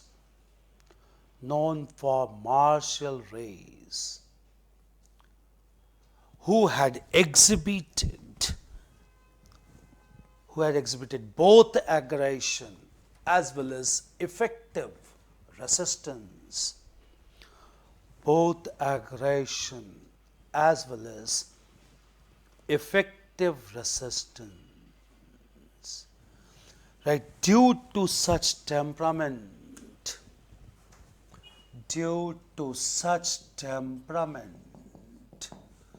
the youths of Manipur has mastered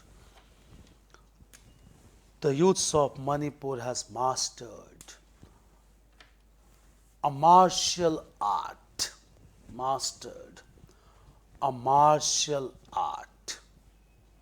known as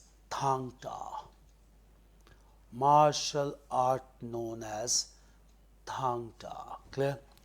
Right. In this martial art,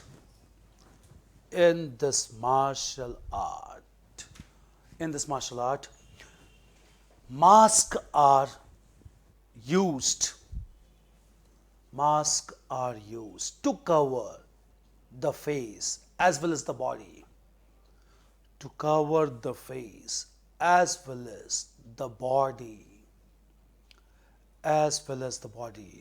To protect against combat attack, to protect against the combat of the adversary partner.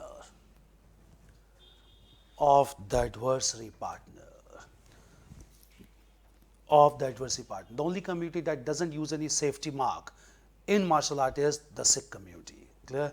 They don't use any protective things. Clear? They performed only with blue colors. You must be knowing about that. And they had been performing such martial art known as Gatka, not only in Punjab, even in outside India, Canada also. Some Sikh community went to Canada and they started to broke some lethal things on their body also without any protection.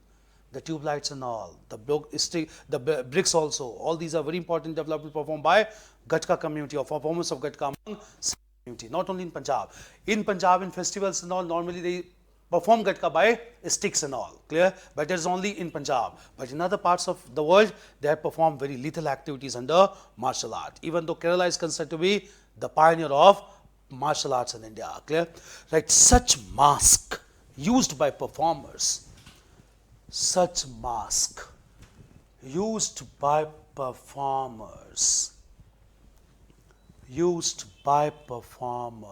has created market. We have discussed right now from Assam, has created market for mask producer of Assam, Kshatras of Assam, mask producers of Assam. Right, in this way, mutual benefit has been ensured. Among cultural experts of Manipur and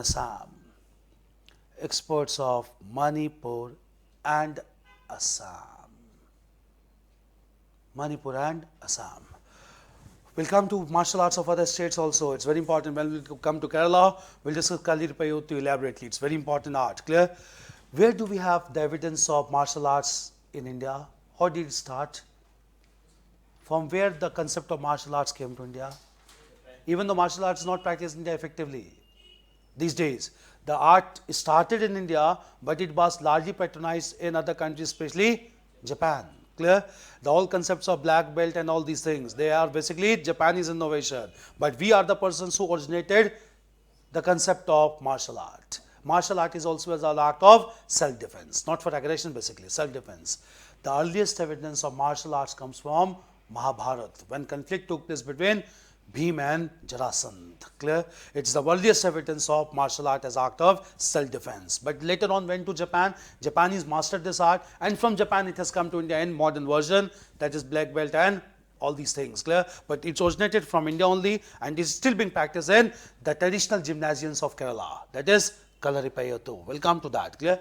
This was Thangta. Clear? Now, this state of Manipur is also highly important for one important development which has been witnessed in recent days, and that has been not known to public at large, that Manipur also has the world's oldest theatre. Clear? And this world's oldest theatre has been a very important issue or cultural act in the state of Manipur, and this is known as basically Lai Haroba. Clear? Lai Haroba is basically the oldest theatre in the world which is found in the state of Manipur. Write the heading as Lai Haroba. Theatre, yeah. Not dance but dramatic performance also. Stage performance. Clear? Lai Haroba. Clear? Right. The state of Manipur has come to limelight in recent times. The state of Manipur has come to limelight in recent times. Due to the existence of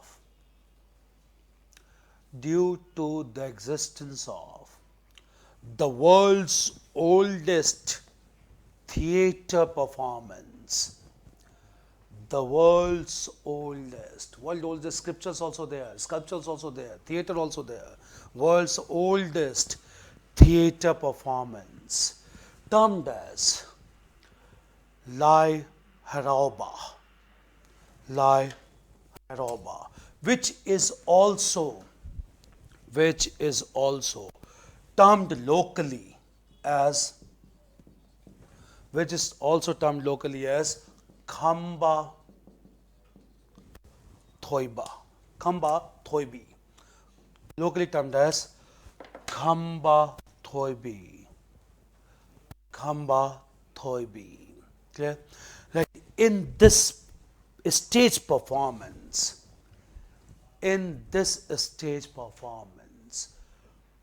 both male and female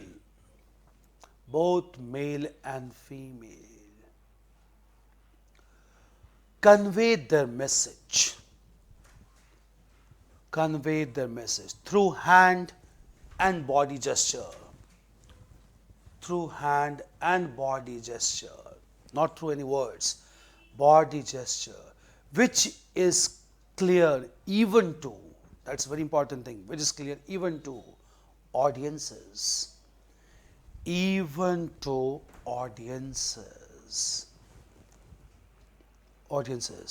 Right. In order to create awareness about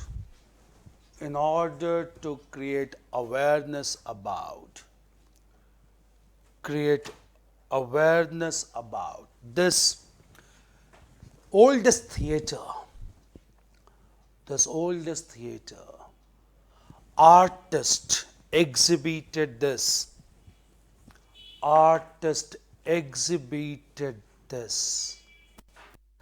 in the tableau of the Republic Day Parade.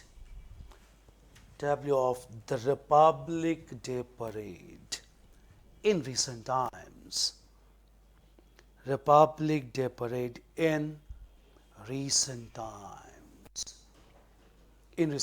Clear? Right. This has brought Lai Haroba.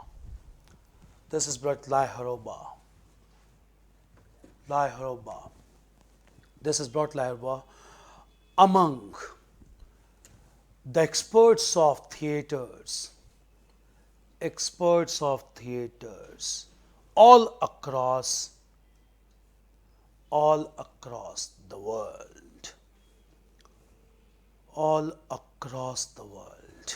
Now, logic seems, why will UPSC not ask questions on this? Clear? Because these are all very important developments in a small region which has largely been neglected by the central mainstream population. Clear?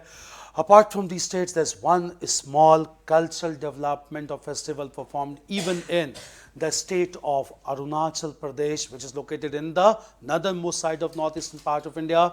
And in the state of Arunachal Pradesh, there's a very important festival celebrated to mark the mastery and control over one important beast, and that beast is yak. And therefore, they also celebrate, perform a dance when they master or they have control over this yak, known as yak dance. Because yak is considered to be not only auspicious for them, yak is also considered to be economically more viable for them, more productive for them. That is the only beast available to people of Arunachal Pradesh, and therefore yak dance is performed on a regular basis, which is given recognition at state and also at national level in India. Right, heading as Arunachal Pradesh. Right, Arunachal Pradesh, huh? Not at all. It's basically also because to show the diversity of India. Diversity of India not to other countries. Then it will come the soft power. Diversity to show among the people of India also, that they have their own traditions and customs which are equally developed and which are equally efficient enough. So it not only to show India's soft power to other countries, in order to show the importance and cultural diversity of northeastern part to other states of India also. Importance, the reason being that they had been practicing this thing without any dilution, without any deviations from the established practices. What is the importance of important dances like classical dances? The importance is classical dances are performed basically to show the strict adherence to rules and regulations and to show devotion towards God. Clear? So these activities also have been performed to show devotion towards the deities and the God, and therefore this also needs to be appreciated. In order to appreciate the diversity and the consistency of maintaining this tradition, we need to appreciate them, support them, so that we need to understand that the whole region of India is highly diverse and each community has been preserving their identity. Clear? Identity preservation is the most important aspect of cultural growth. So importance is to understand the diversity and to be sensitive towards those diversities in India. Just to show India is not trying to impose anything from top to make it homogeneous in nature. Rather, diversity and differences are the strength of this country, and we do appreciate the diversity and we need to protect the diversity. The reason again I'll let you know. Why do we want to protect the diversity of large number of communities all across the world? Clear? If the whole community, if the whole global community will become homogeneous in nature, obviously the universe will also become monotonous in nature. There would be no basically appreciation of the differences of ideas and culture. Now, the basic feature of the world is to appreciate the differences of ideas, differences of ideology, differences of culture. That is the beauty of humankind. Clear? Everything cannot be homogeneous. If you make homogeneous by rules and regulations also, can you change the features of the African people? Can you make the features of the African people similar to Indian and Indian features similar to a European? It's not feasible. Since diversity is a divine thing, this divinity of diversity must be respected and preserved. That is the beauty of the universe, and it is the duty and responsibility of all community. Therefore, all global level like UNESCO has also started to give recognition to distinct things like tangible assets and intangible things. It's basically to appreciate the diversity. That is for all human beings to exist in their own domain without interference from outside world. Diversity का अगर आप origin देखें तो पहले ऐसा था कि geographical locations अलग अलग थी, जो इंडिया में अलग हैं, कहीं पॉकेट्स हैं बहुत सारी, तो उधर हर जगह अपनी पॉकेट में कल्चर डेवलप हुआ। पर जब आप मॉडर्न एरा में आते हैं तो वो जो गैप है, जियोग्राफिकल डिस्टेंस है, वो रिड्यूस हो चुका है पूरे वर्ल्ड में। तो अब होमोजेनिटी की साइड बढ़ना चाहिए ना। See, again I'll let you know, moving towards homogeneity does not mean anyway to dilute your distinct identity and culture. That's one thing. Homogeneity can be in the sense of supporting each other for common welfare, for common development. That can be there. That is why different countries are coming together to cooperate with each other to develop. But that cooperation doesn't mean that one community needs to get rid of or rather eliminate their own identity. If the identity also will get diminished, then how will they get recognition at global level? If every person began to follow American system only, or every community will begin to follow American system only, clear? Then it would mean the world is moving not towards homogeneity. The world is moving towards monotony, and this monotony is not appreciated in any way. Moreover, I'll let you know, clear? Every section of community is appreciated in the world not for its homogeneity but for its distinctiveness, clear? So since distinctiveness is an important part of human evolution, distinctiveness must not be suppressed in the name of homogeneity. Distinctness needs to be appreciated and supported so that every community is able to maintain its own identity. Clear? Why do we call us Indian? Why don't we call as global citizen? Because there is an identity mark with us. Clear? Within India also, there is identity mark for every section. In the name of homogeneity, we cannot suppress that diversity. The beauty of understanding that diversity and accommodating that is the beauty of human survival. That is why we need to protect and preserve the cultural diversity. And if we get such cultural diversity, it should be our effort to preserve them, to support the people, and to recognize that. We are doing the same thing. And it's not being done in India, it is being done at global level. Diversity has to be respected and accommodated. It need not be suppressed anyway, because diversity has always seen as a strength, not as a weakness. Clear? Unity along with diversity. That is much more important thing. Clear? So, this was about Manipur. Now, we're moving on to Arunachal Pradesh. Right, heading as Arunachal Pradesh. Right, in the northernmost state of Arunachal Pradesh, in the northernmost state of Arunachal Pradesh, in the northeastern region,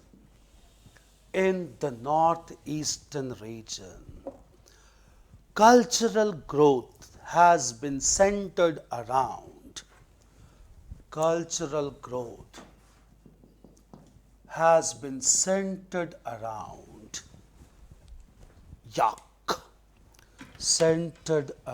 yak, clear?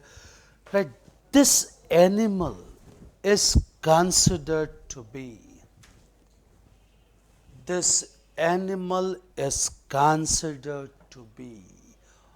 auspicious as well as economically beneficial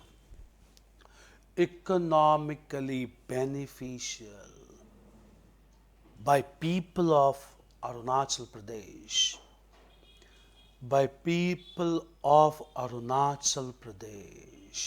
Clear? Right. Accompanied with yak, the people performs a cultural activity,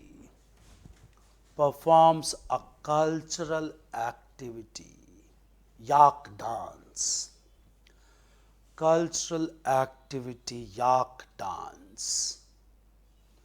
Which is a distinctive feature of this state,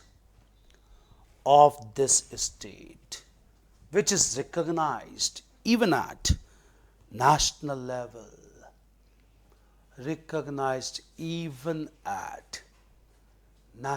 There's only one cultural act, Arunachal Pradesh. Clear? Okay.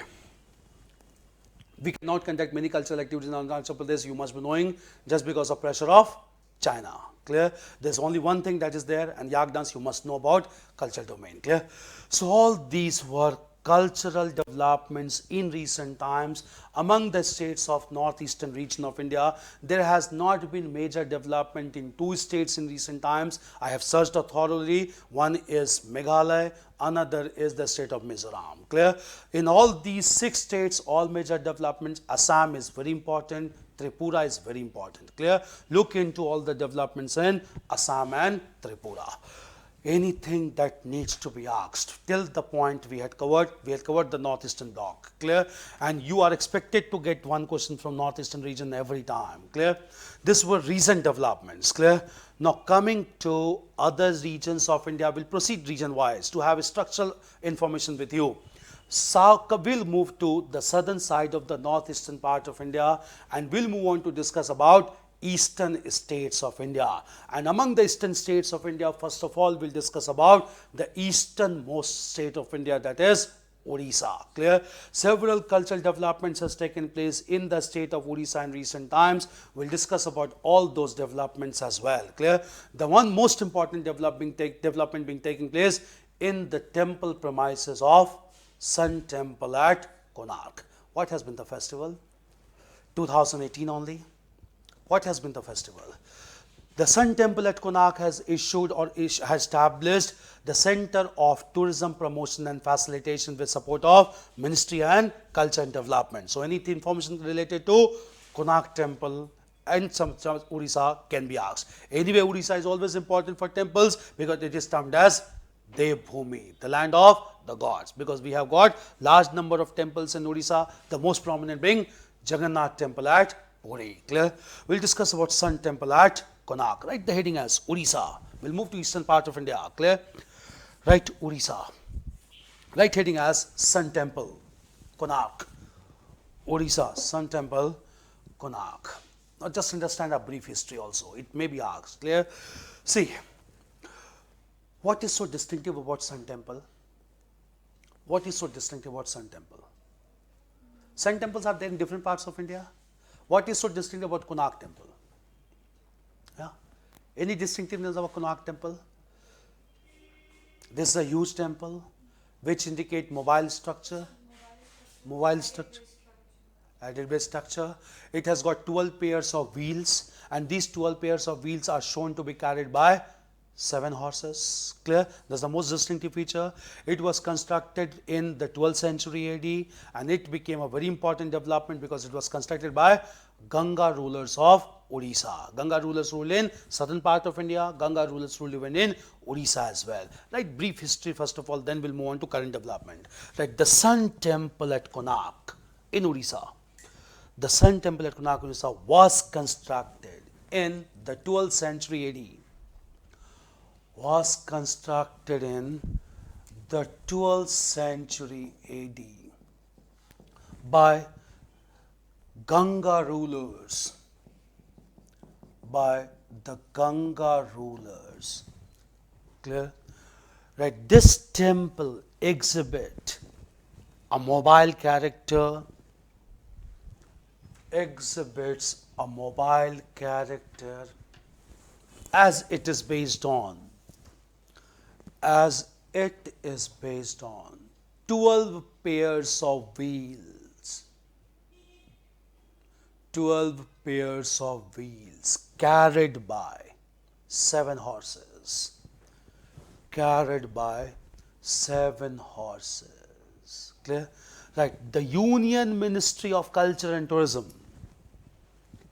The Union Ministry of Culture and Tourism organized a cultural festival at Sun Temple. Organized a cultural festival at Sun Temple. At Sun Temple, whereby tourism facilitation counter, right, in capital, tourism facilitation counter was established in 2018. In 2018. Clear? That this counter is expected to promote. This counter, tourism facilitation counter, this counter is supposed to, just repeat the sentence, this counter is expected to promote tourism all across the state of Orissa. All across the state of Orissa by providing a single window. By providing a single window to access, very important, single window to access all cultural centers like Puri, Cuttack and Bhubaneswar. All has got temples. Puri, Cuttack and Bhubaneswar. Right. This is seen as a major step by the government. Major step by the government. By the government to promote tourism in Odisha. Tourism in Odisha.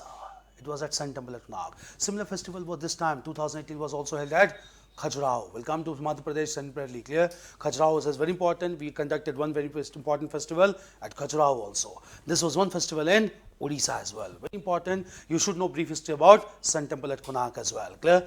Apart from this, Orissa has been in news these days. The reason being, there is a very important linguistic organization of India based in Hyderabad. Clear? This institution based in Hyderabad has been working to recognize and to identify endangered languages all across India so that the script and grammar of those languages could be protected and safeguarded. This linguistic institution based in Hyderabad has recently recognized two languages which are in endangered category in Odisha. These two languages are known as Valmiki and Malhar, and thereafter state government of Orissa is taking some necessary steps to ensure the sustainability of these two languages known as Valmiki and Malhar, as they have definite grammar, definite lexicography, that is dictionary also, and certain amount of speakers also in the region of Orissa. Clear? Right, next heading as within Orissa, Valmiki and Malhar. Valmiki and Malhar. Clear? Right. Introduction first of all. Right. There is an important linguistic institution based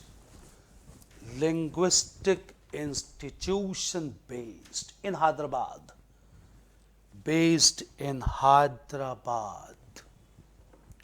Hyderabad, entrusted with the task. Institutions are also asked, entrusted with the task to recognize, to identify the languages of India under endangered category, threat of extinction, endangered category. Clear? Right? This institution recently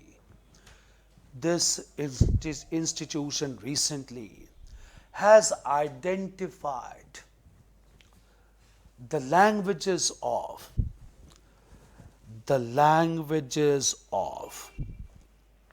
Valmiki and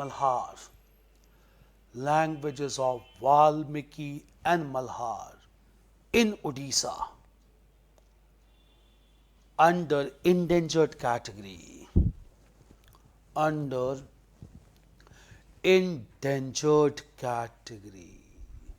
Right. Consequently, the state government of Odisha has been asked. The state government of Odisha has been asked to preserve and sustain these languages that has definite grammar and even lexicography, dictionary, definite grammar and lexicography, lexicography, lexicography, two indigenous languages of Orissa, Valmiki and Malhar. Clear? Very important developments, cultural developments in the state of Orissa. Adjoining to Orissa, we will come to the state of West Bengal, which also comes under the eastern category states.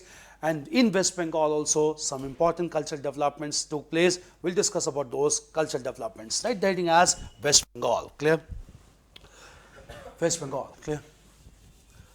Okay, now just understand, in the state of West Bengal, one new thing has come to light in recent times. Clear? And that new thing is, people by this time had been knowing about the most important cultural activity of West Bengal, which is not known in Bengal only, but all across the world. And that most important cultural activity of Bengal is? The most important cultural activity of Bengal is Durga Puja. Clear? That is Dashera, basically Durga Puja, clear? The most renowned cultural activity which is performed in in West Bengal among the Bengali people has always been Durga Puja. That corresponds with Dashera of northern part of India. They don't call it Dashera. They normally call it Durga Puja, clear? One new thing that has been pointed out by the people in recent times is just before the celebration of Durga Puja. Bengali people had been doing this thing, but it was not recognized at national level. Bengali people organizes a function or a festival which is known as Sharod Utsav. Clear? They had been organizing Sharod Utsav right from the very beginning, but of late it was realized that this Sharod Utsav was a large congregation of people or Bengali people, because Bengal is a densely populated region, and in this Sharod Utsav they basically depict or they organize a carnival in which they depict the celebration of Durga Puja before its actual beginning. This, looking into the amount of carnival and the participation of people, it has been recently accepted as the most largest outdoor carnival in the world, which is not organized even in the Christian countries before Christian celebration. So the largest outdoor carnival all across the world is the festival that precedes before Durga Puja, which is termed in West Bengal as Sharod Utsav. Therefore, Government of India has decided to promote this Sharod Utsav, and it came to be known to the people of India when this Sharod Utsav became the feature of the tableau of West Bengal in recent Republic Day parade, and therefore it has been given recognition all across India, and government has decided to provide all facilities to make it more larger in coming time. This festival of Bengali people is known as Sharod Utsav. Clear? Right? Introduction first of all. The state of West Bengal. It's carnival and it's congregation. Carnival means moving from one place to another place by chanting the messages and by giving certain messages. Kumbh Mela is coming together of people at one single place. There's a difference between Kumbh Mela. That is why, since Kumbh Mela is in news, they may not ask Kumbh Mela, they may ask Sharod Utsav. Clear? Right. The state of West Bengal, is known for the celebration of Durga Puja, is known for the celebration of Durga Puja as a grand festival.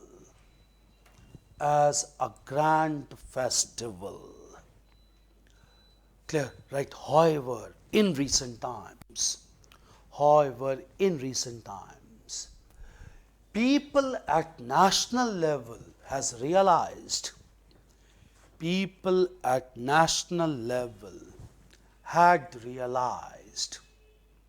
had realized that before this celebration,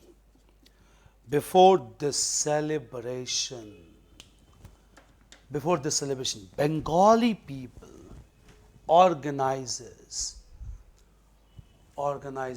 the world's largest outdoor carnival. The world's largest outdoor carnival, which is known as the Sharod Utsav,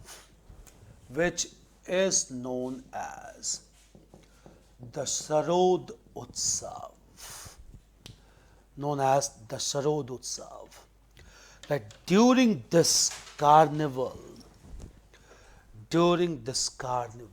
the logic as well as the components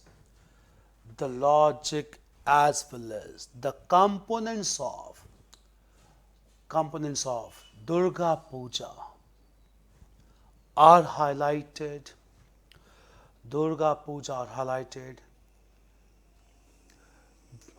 In which there is wide participation.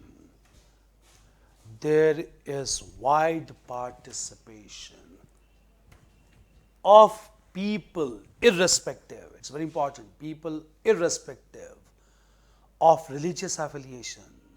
Even Muslims also participate in large numbers.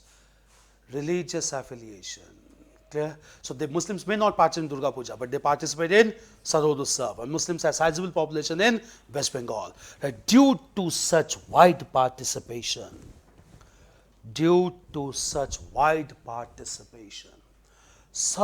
Utsav is also important to foster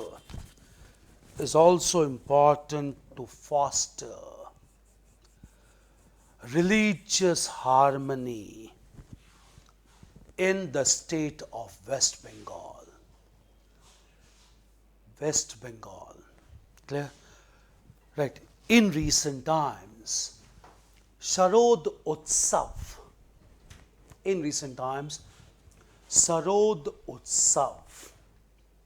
was displayed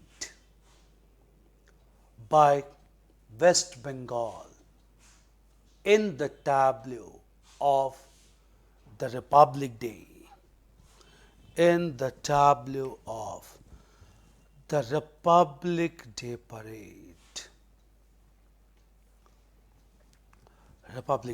Parade. Very important. All these are very distinct developments related to cultural activities. Clear? This was one important thing, only major thing about West Bengal. Coming to eastern part of India, there's one another state which is culturally equally important, very important, and that state is that of Bihar. We'll discuss about cultural growth and development in recent times in Bihar.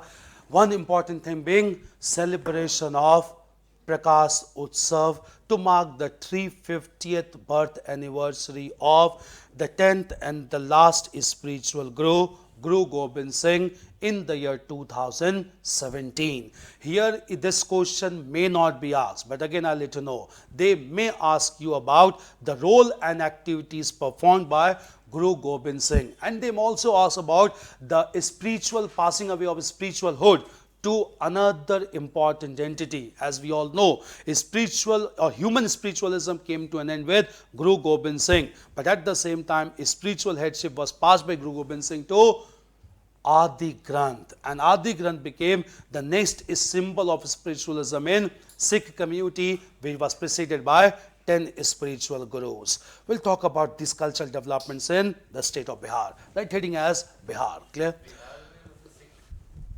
Yeah, they have large sizable section.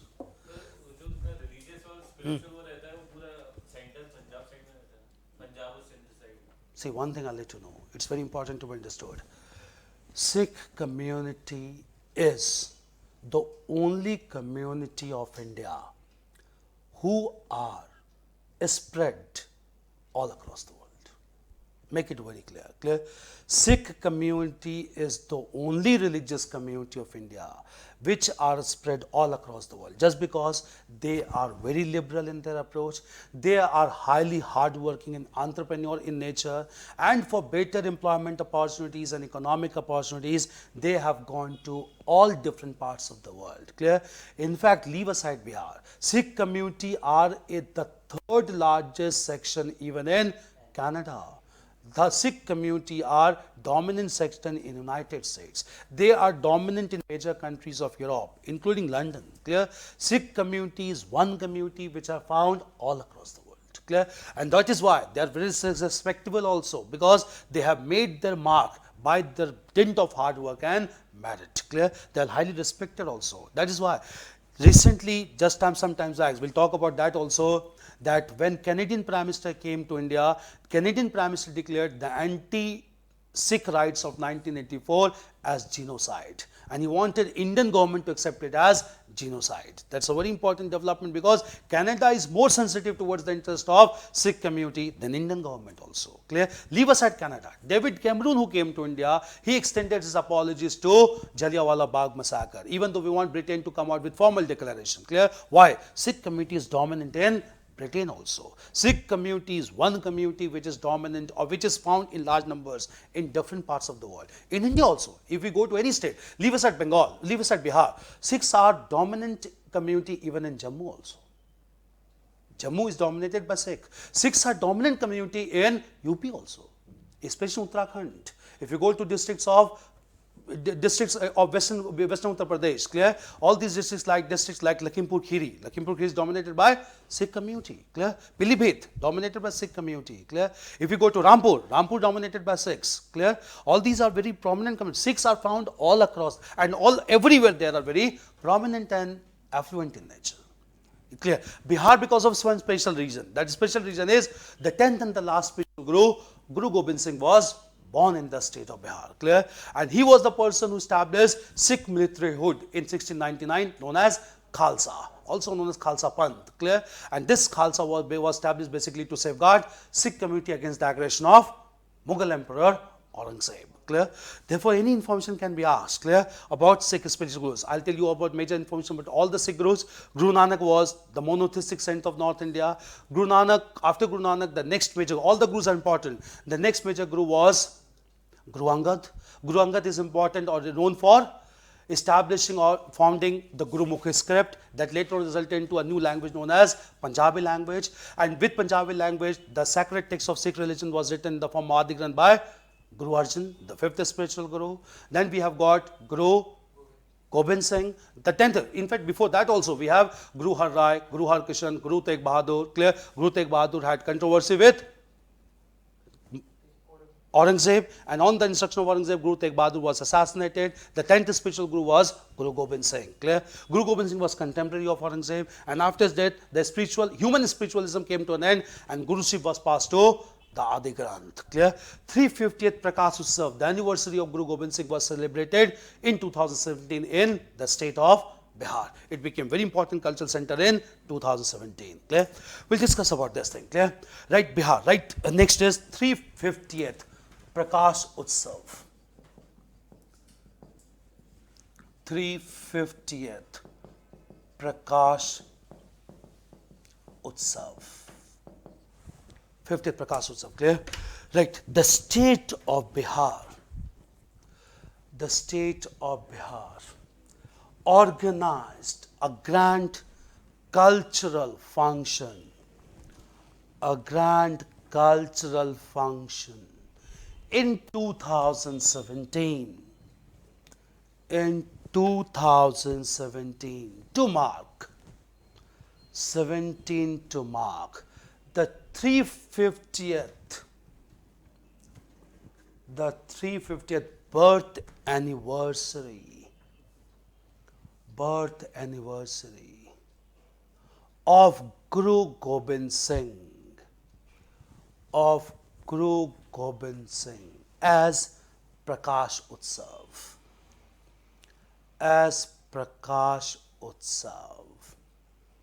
Clear? Right, Guru Gobind Singh was the 10th and the last human spiritual head of Sikh community,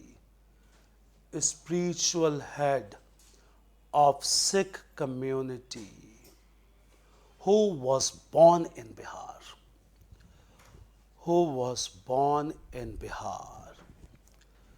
Clear? Right, he was contemporary to the Mughal Emperor Aurangzeb.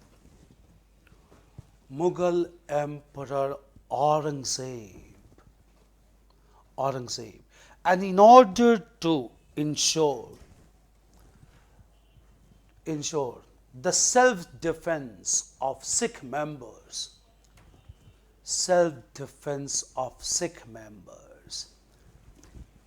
he established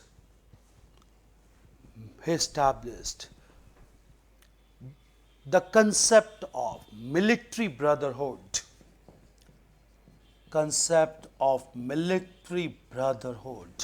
or Khalsa. In 1699. Clear? Change paragraph. Right, after the death of Guru Gobind Singh,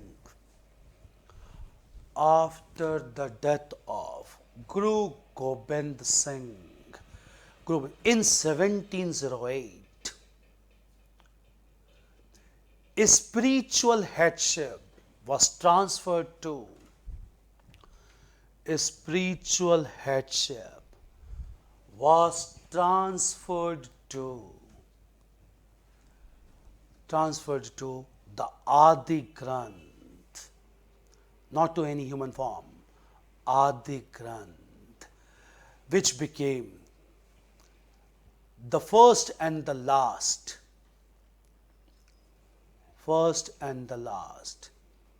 literary head of Sikh community.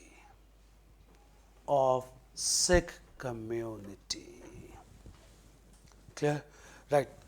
The Prakash Utsav organized by the government of Bihar. The Prakash Utsav organized by the government of Bihar clearly indicated the pan-India presence,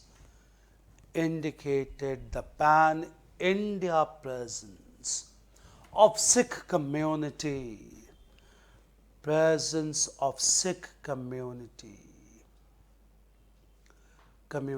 as a mark of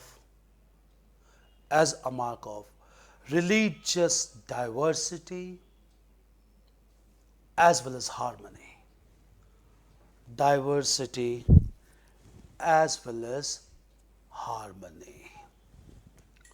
Clear? As well as harmony. This is very important development with regard to this development. Clear? Apart from this, in the state of Bihar, one another development took place which was in news for the last 2 years, but on that topic, question has already been asked last year, and that was Champaran Satyagraha. Question has been asked last year. This time it is not expected. They may ask a question on Prakash Utsav in the state of Bihar. Clear? We'll come to Madhubani painting separately under the different category. Clear? Miscellaneous category. Clear? This was very important development in recent times because there is no recent development related to Madhubani painting. But traditionally, Madhubani painting is a very important cultural tradition of northern part of Bihar state. Recently, Prakash Utsav. Clear?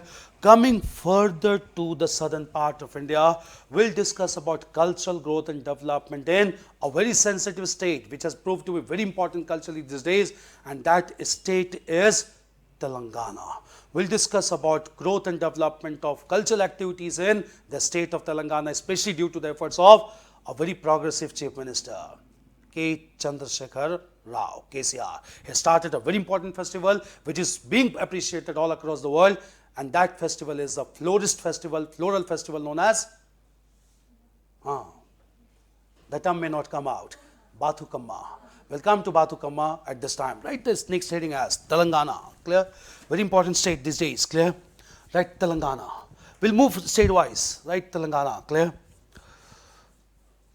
Telangana. Clear? Right, introduction first of all. Right, the state of Telangana. The state of Telangana has huge diversity. The state of Telangana has diversity as it includes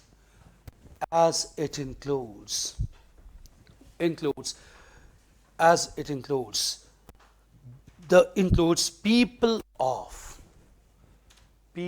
of diverse communities, largely Telugu speaking people along with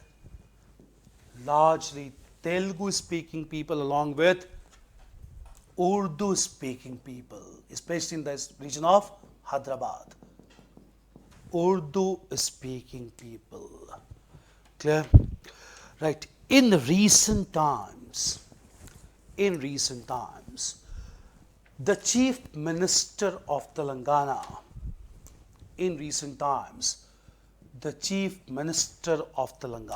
KCR, K. Chandrasekhar Rao,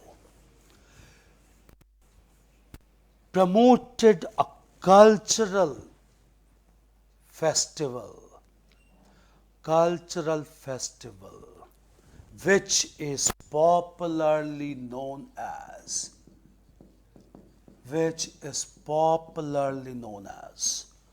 Bathu Kamma. It may be asked this time. Clear? It is attaining huge popularity. Clear?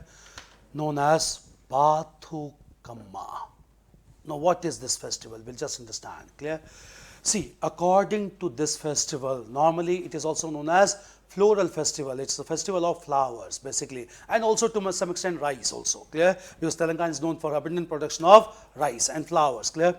In this festival, it is said that the women will organize a floral design comprising of diverse flowers, and only those flowers are to be chosen which has got a very prominent aroma and at the same time medicinal values. Clear? So 7 varieties of medicinal flowers with good aroma has to be chosen, and those flowers are to be arranged in 7 concentric circles to give the shape of Gopurams of South India.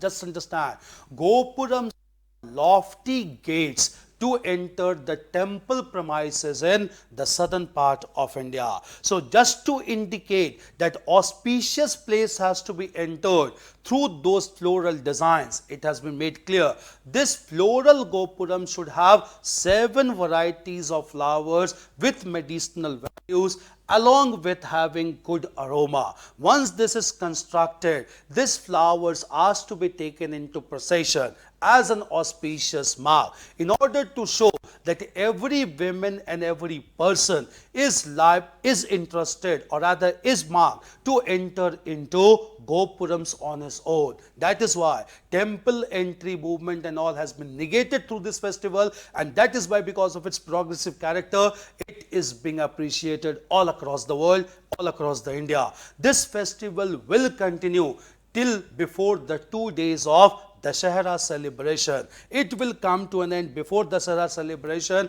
in order to show that now every person, irrespective of caste affiliation or social affiliation, are interested to enter all holy places without any discrimination. This floral festival is being termed as the festival of Bathu Kamma. It's very important just to show that every person is eligible to enter into religious places irrespective of any differences. Right? According to this festival,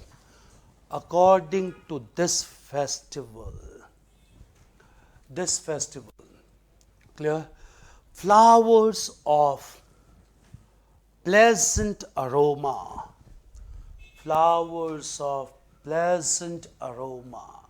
and medicinal values are to be chosen and arranged in 7 concentric layers,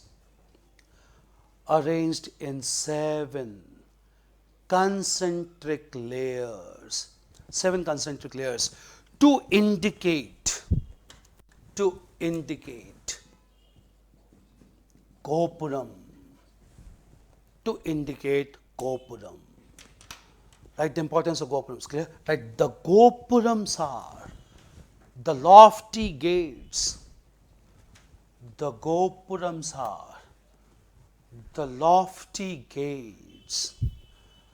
Are the lofty gates to mark the entrance to temple premises.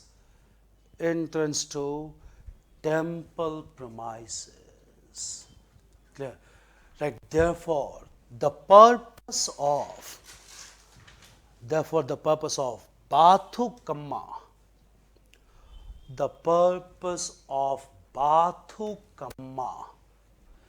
is to ensure that every individual on its own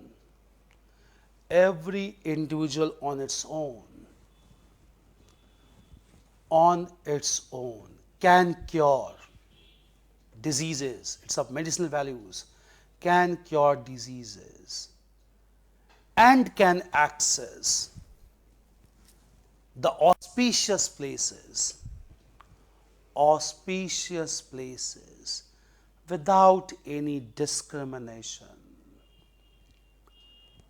without any discrimination. Clear? Like due to its progressive character,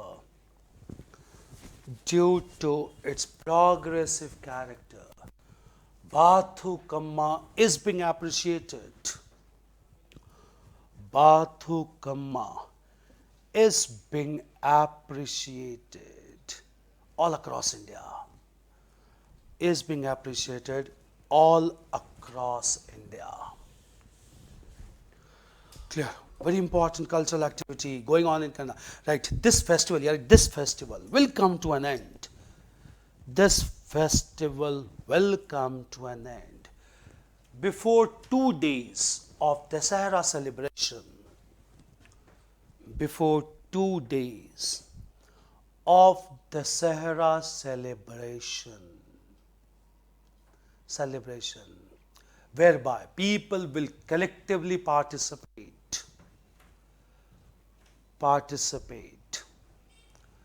in Dasahara without any discrimination. In Dasahara without any discrimination.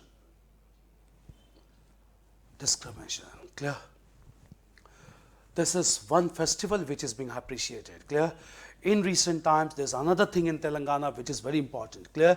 And that is associated with one indigenous craft production in Telangana, which is known as Ikat style of craft. Clear? What is this Ikat style? We'll just understand. Clear? From 18th century only, in the region of Telangana, this concept Ikat has been practiced, whereby on important clothes, geometrical designs are printed to make it attractive in nature. This Ikat style of craft has been pursued in Telangana right from 18th century. In recent times, it has come into picture because this Ikat style of printing geometrical designs has been largely applied on saris in the region of Pochampalli in Telangana. Pochampalli is considered to be the silk center of India.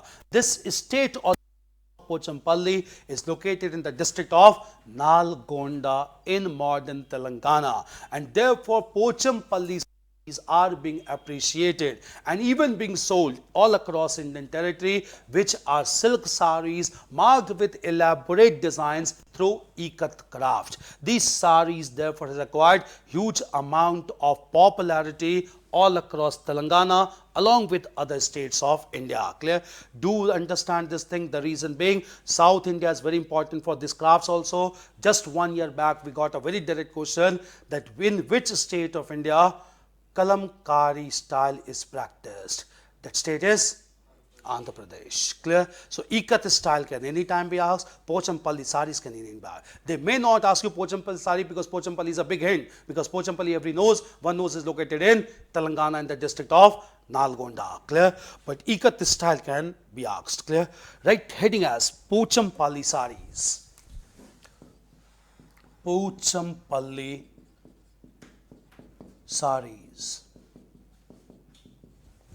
Pochampalli saris. Clear? Right. Since 18th century,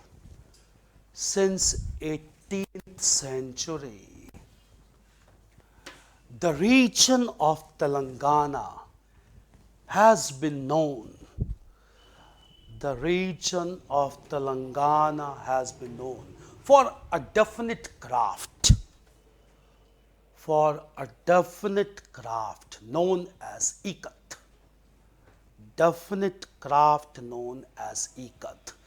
And that time it was asked because Kalamkari works were basically purchased to a large extent by one important cloth company which was promoted everywhere in India, outside India also. And that is why the Kalamkari question was asked.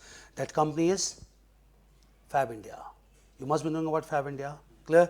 It's known for cotton clothes manufacturing, selling, and if you go to Fab India, any store of Fab India, in the beginning only, they will have a big written on kalamkari style. Clear? So they expected kalamkari to be known to everyone. Fab India is a big promoter of kalamkari style from Andhra Pradesh. Ikat is also being these days promoted by Fab India. The saris, Puchampalli saris are being sold by Fab India all across this country. Clear? So Ikat style is a very prominent style which has come to light in the state of Telangana. Clear? The Ikat style, right? According to this craft, Ikat craft, according to this craft, geometrical designs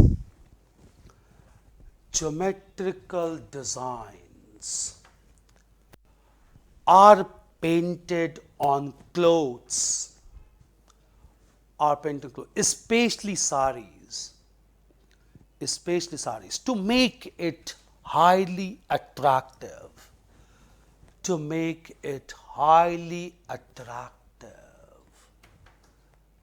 Clear? That this craft in recent times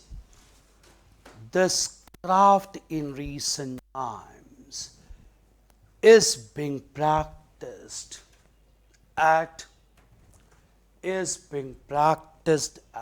Puchampalli. It's considered the silk center of India, Puchampalli. At Puchampalli, located in the district of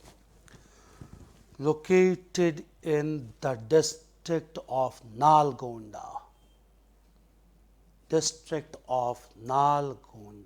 Clear? Right, the Puchampalli saris, as they are known,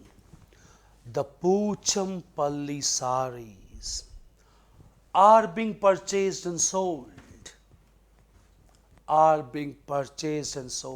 by companies like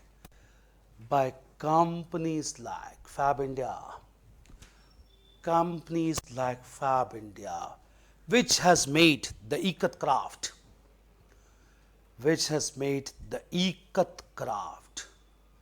commercially profitable. Ikat craft commercially profitable.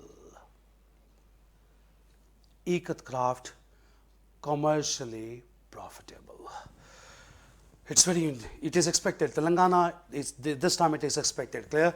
Another important culture development in Telangana. Clear? In recent times, in 2019 only, the government of Telangana has decided to erect, in fact it has erected a 208-meter high statue of a 12th century Bhakti saint of South India. This Bhakti saint is Ramanuj, who advocated the philosophy of Visist Advait. This 208-meter statue of Ramanuj at Hyderabad indicate huge cultural legacy of Ramanuj all across southern part of India, who was considered to be a continuity of Shankaracharya, who flourished during 9th century AD. We'll discuss about the philosophy of Ramanuj here only. Ramanuj originally did not belong to Telangana. Ramanuj was basically born in the region of Sri Perumbadur in the region of Tamil Nadu. But this person contributed to spread his message even in the region of Telangana. Therefore, government of Telangana has constructed 208-meter high stone image of Ramanuj at Hyderabad. Clear? Right? Next heading as the statue of Ramanuj at Hyderabad. The statue of Ramanuj at Hyderabad. Clear?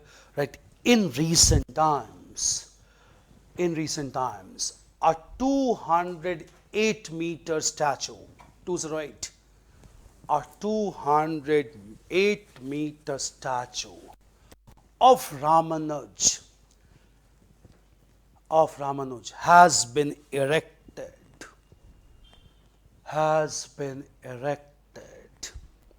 at Hyderabad. Clear? Right. Ramanuj was a 12th century Bhakti saint. Ramanuj was a 12th century Bhakti saint who gave the philosophy of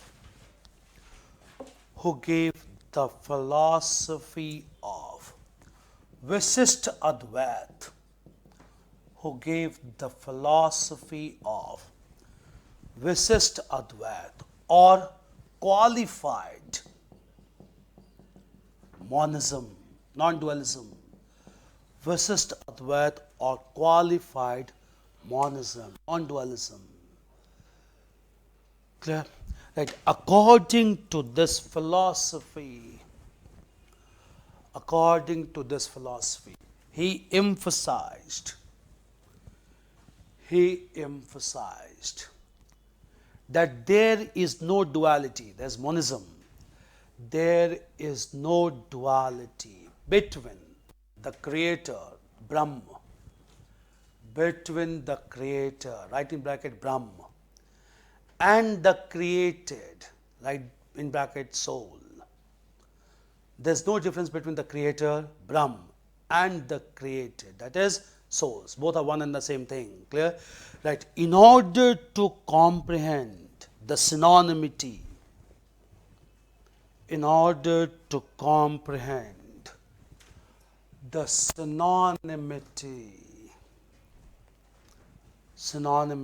between the creator and the created beings,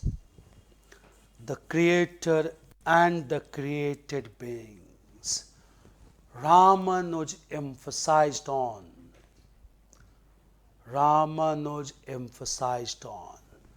complete devotion or bhakti, पूर्ण समर्पण, complete devotion or bhakti. Clear? Right. Therefore, the path advocated by Ramanuj to attain salvation, moksha. Therefore, the path advocated by Ramanuj to attain salvation is known as